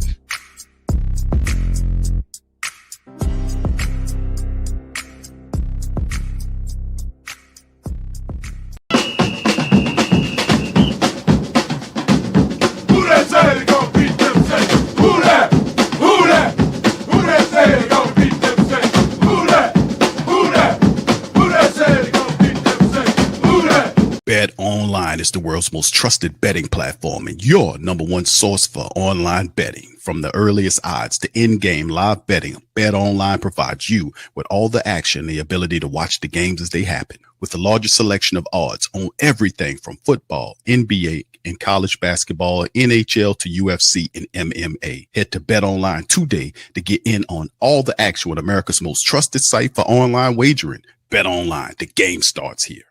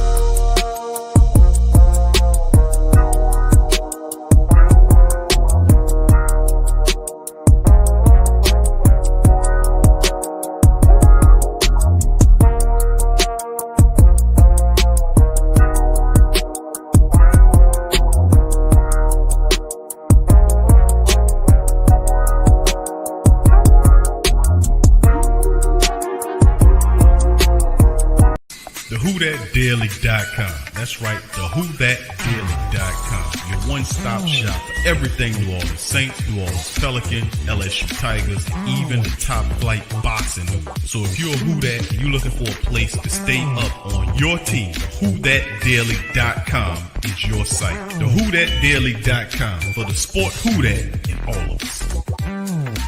That's right, the Pro Shop is the platform store where you can go and buy all the latest merch to support the platform. Available at the Pro Shops, we have dozens of hundreds of products available for you and your family. Unisex tees for men and women, hoodies and sweatshirts, tank tops, kids and baby items, long sleeve tees, mugs, pillows, wall art, bath bedding, face masks, phone cases, stickers, bags, fanny packs, socks, hats, and many other items. Please feel free to check out the Pro Shops. The link is in the description section below. And remember, it helps the platform continue to grow. Check out the Pro Shop and Who That too.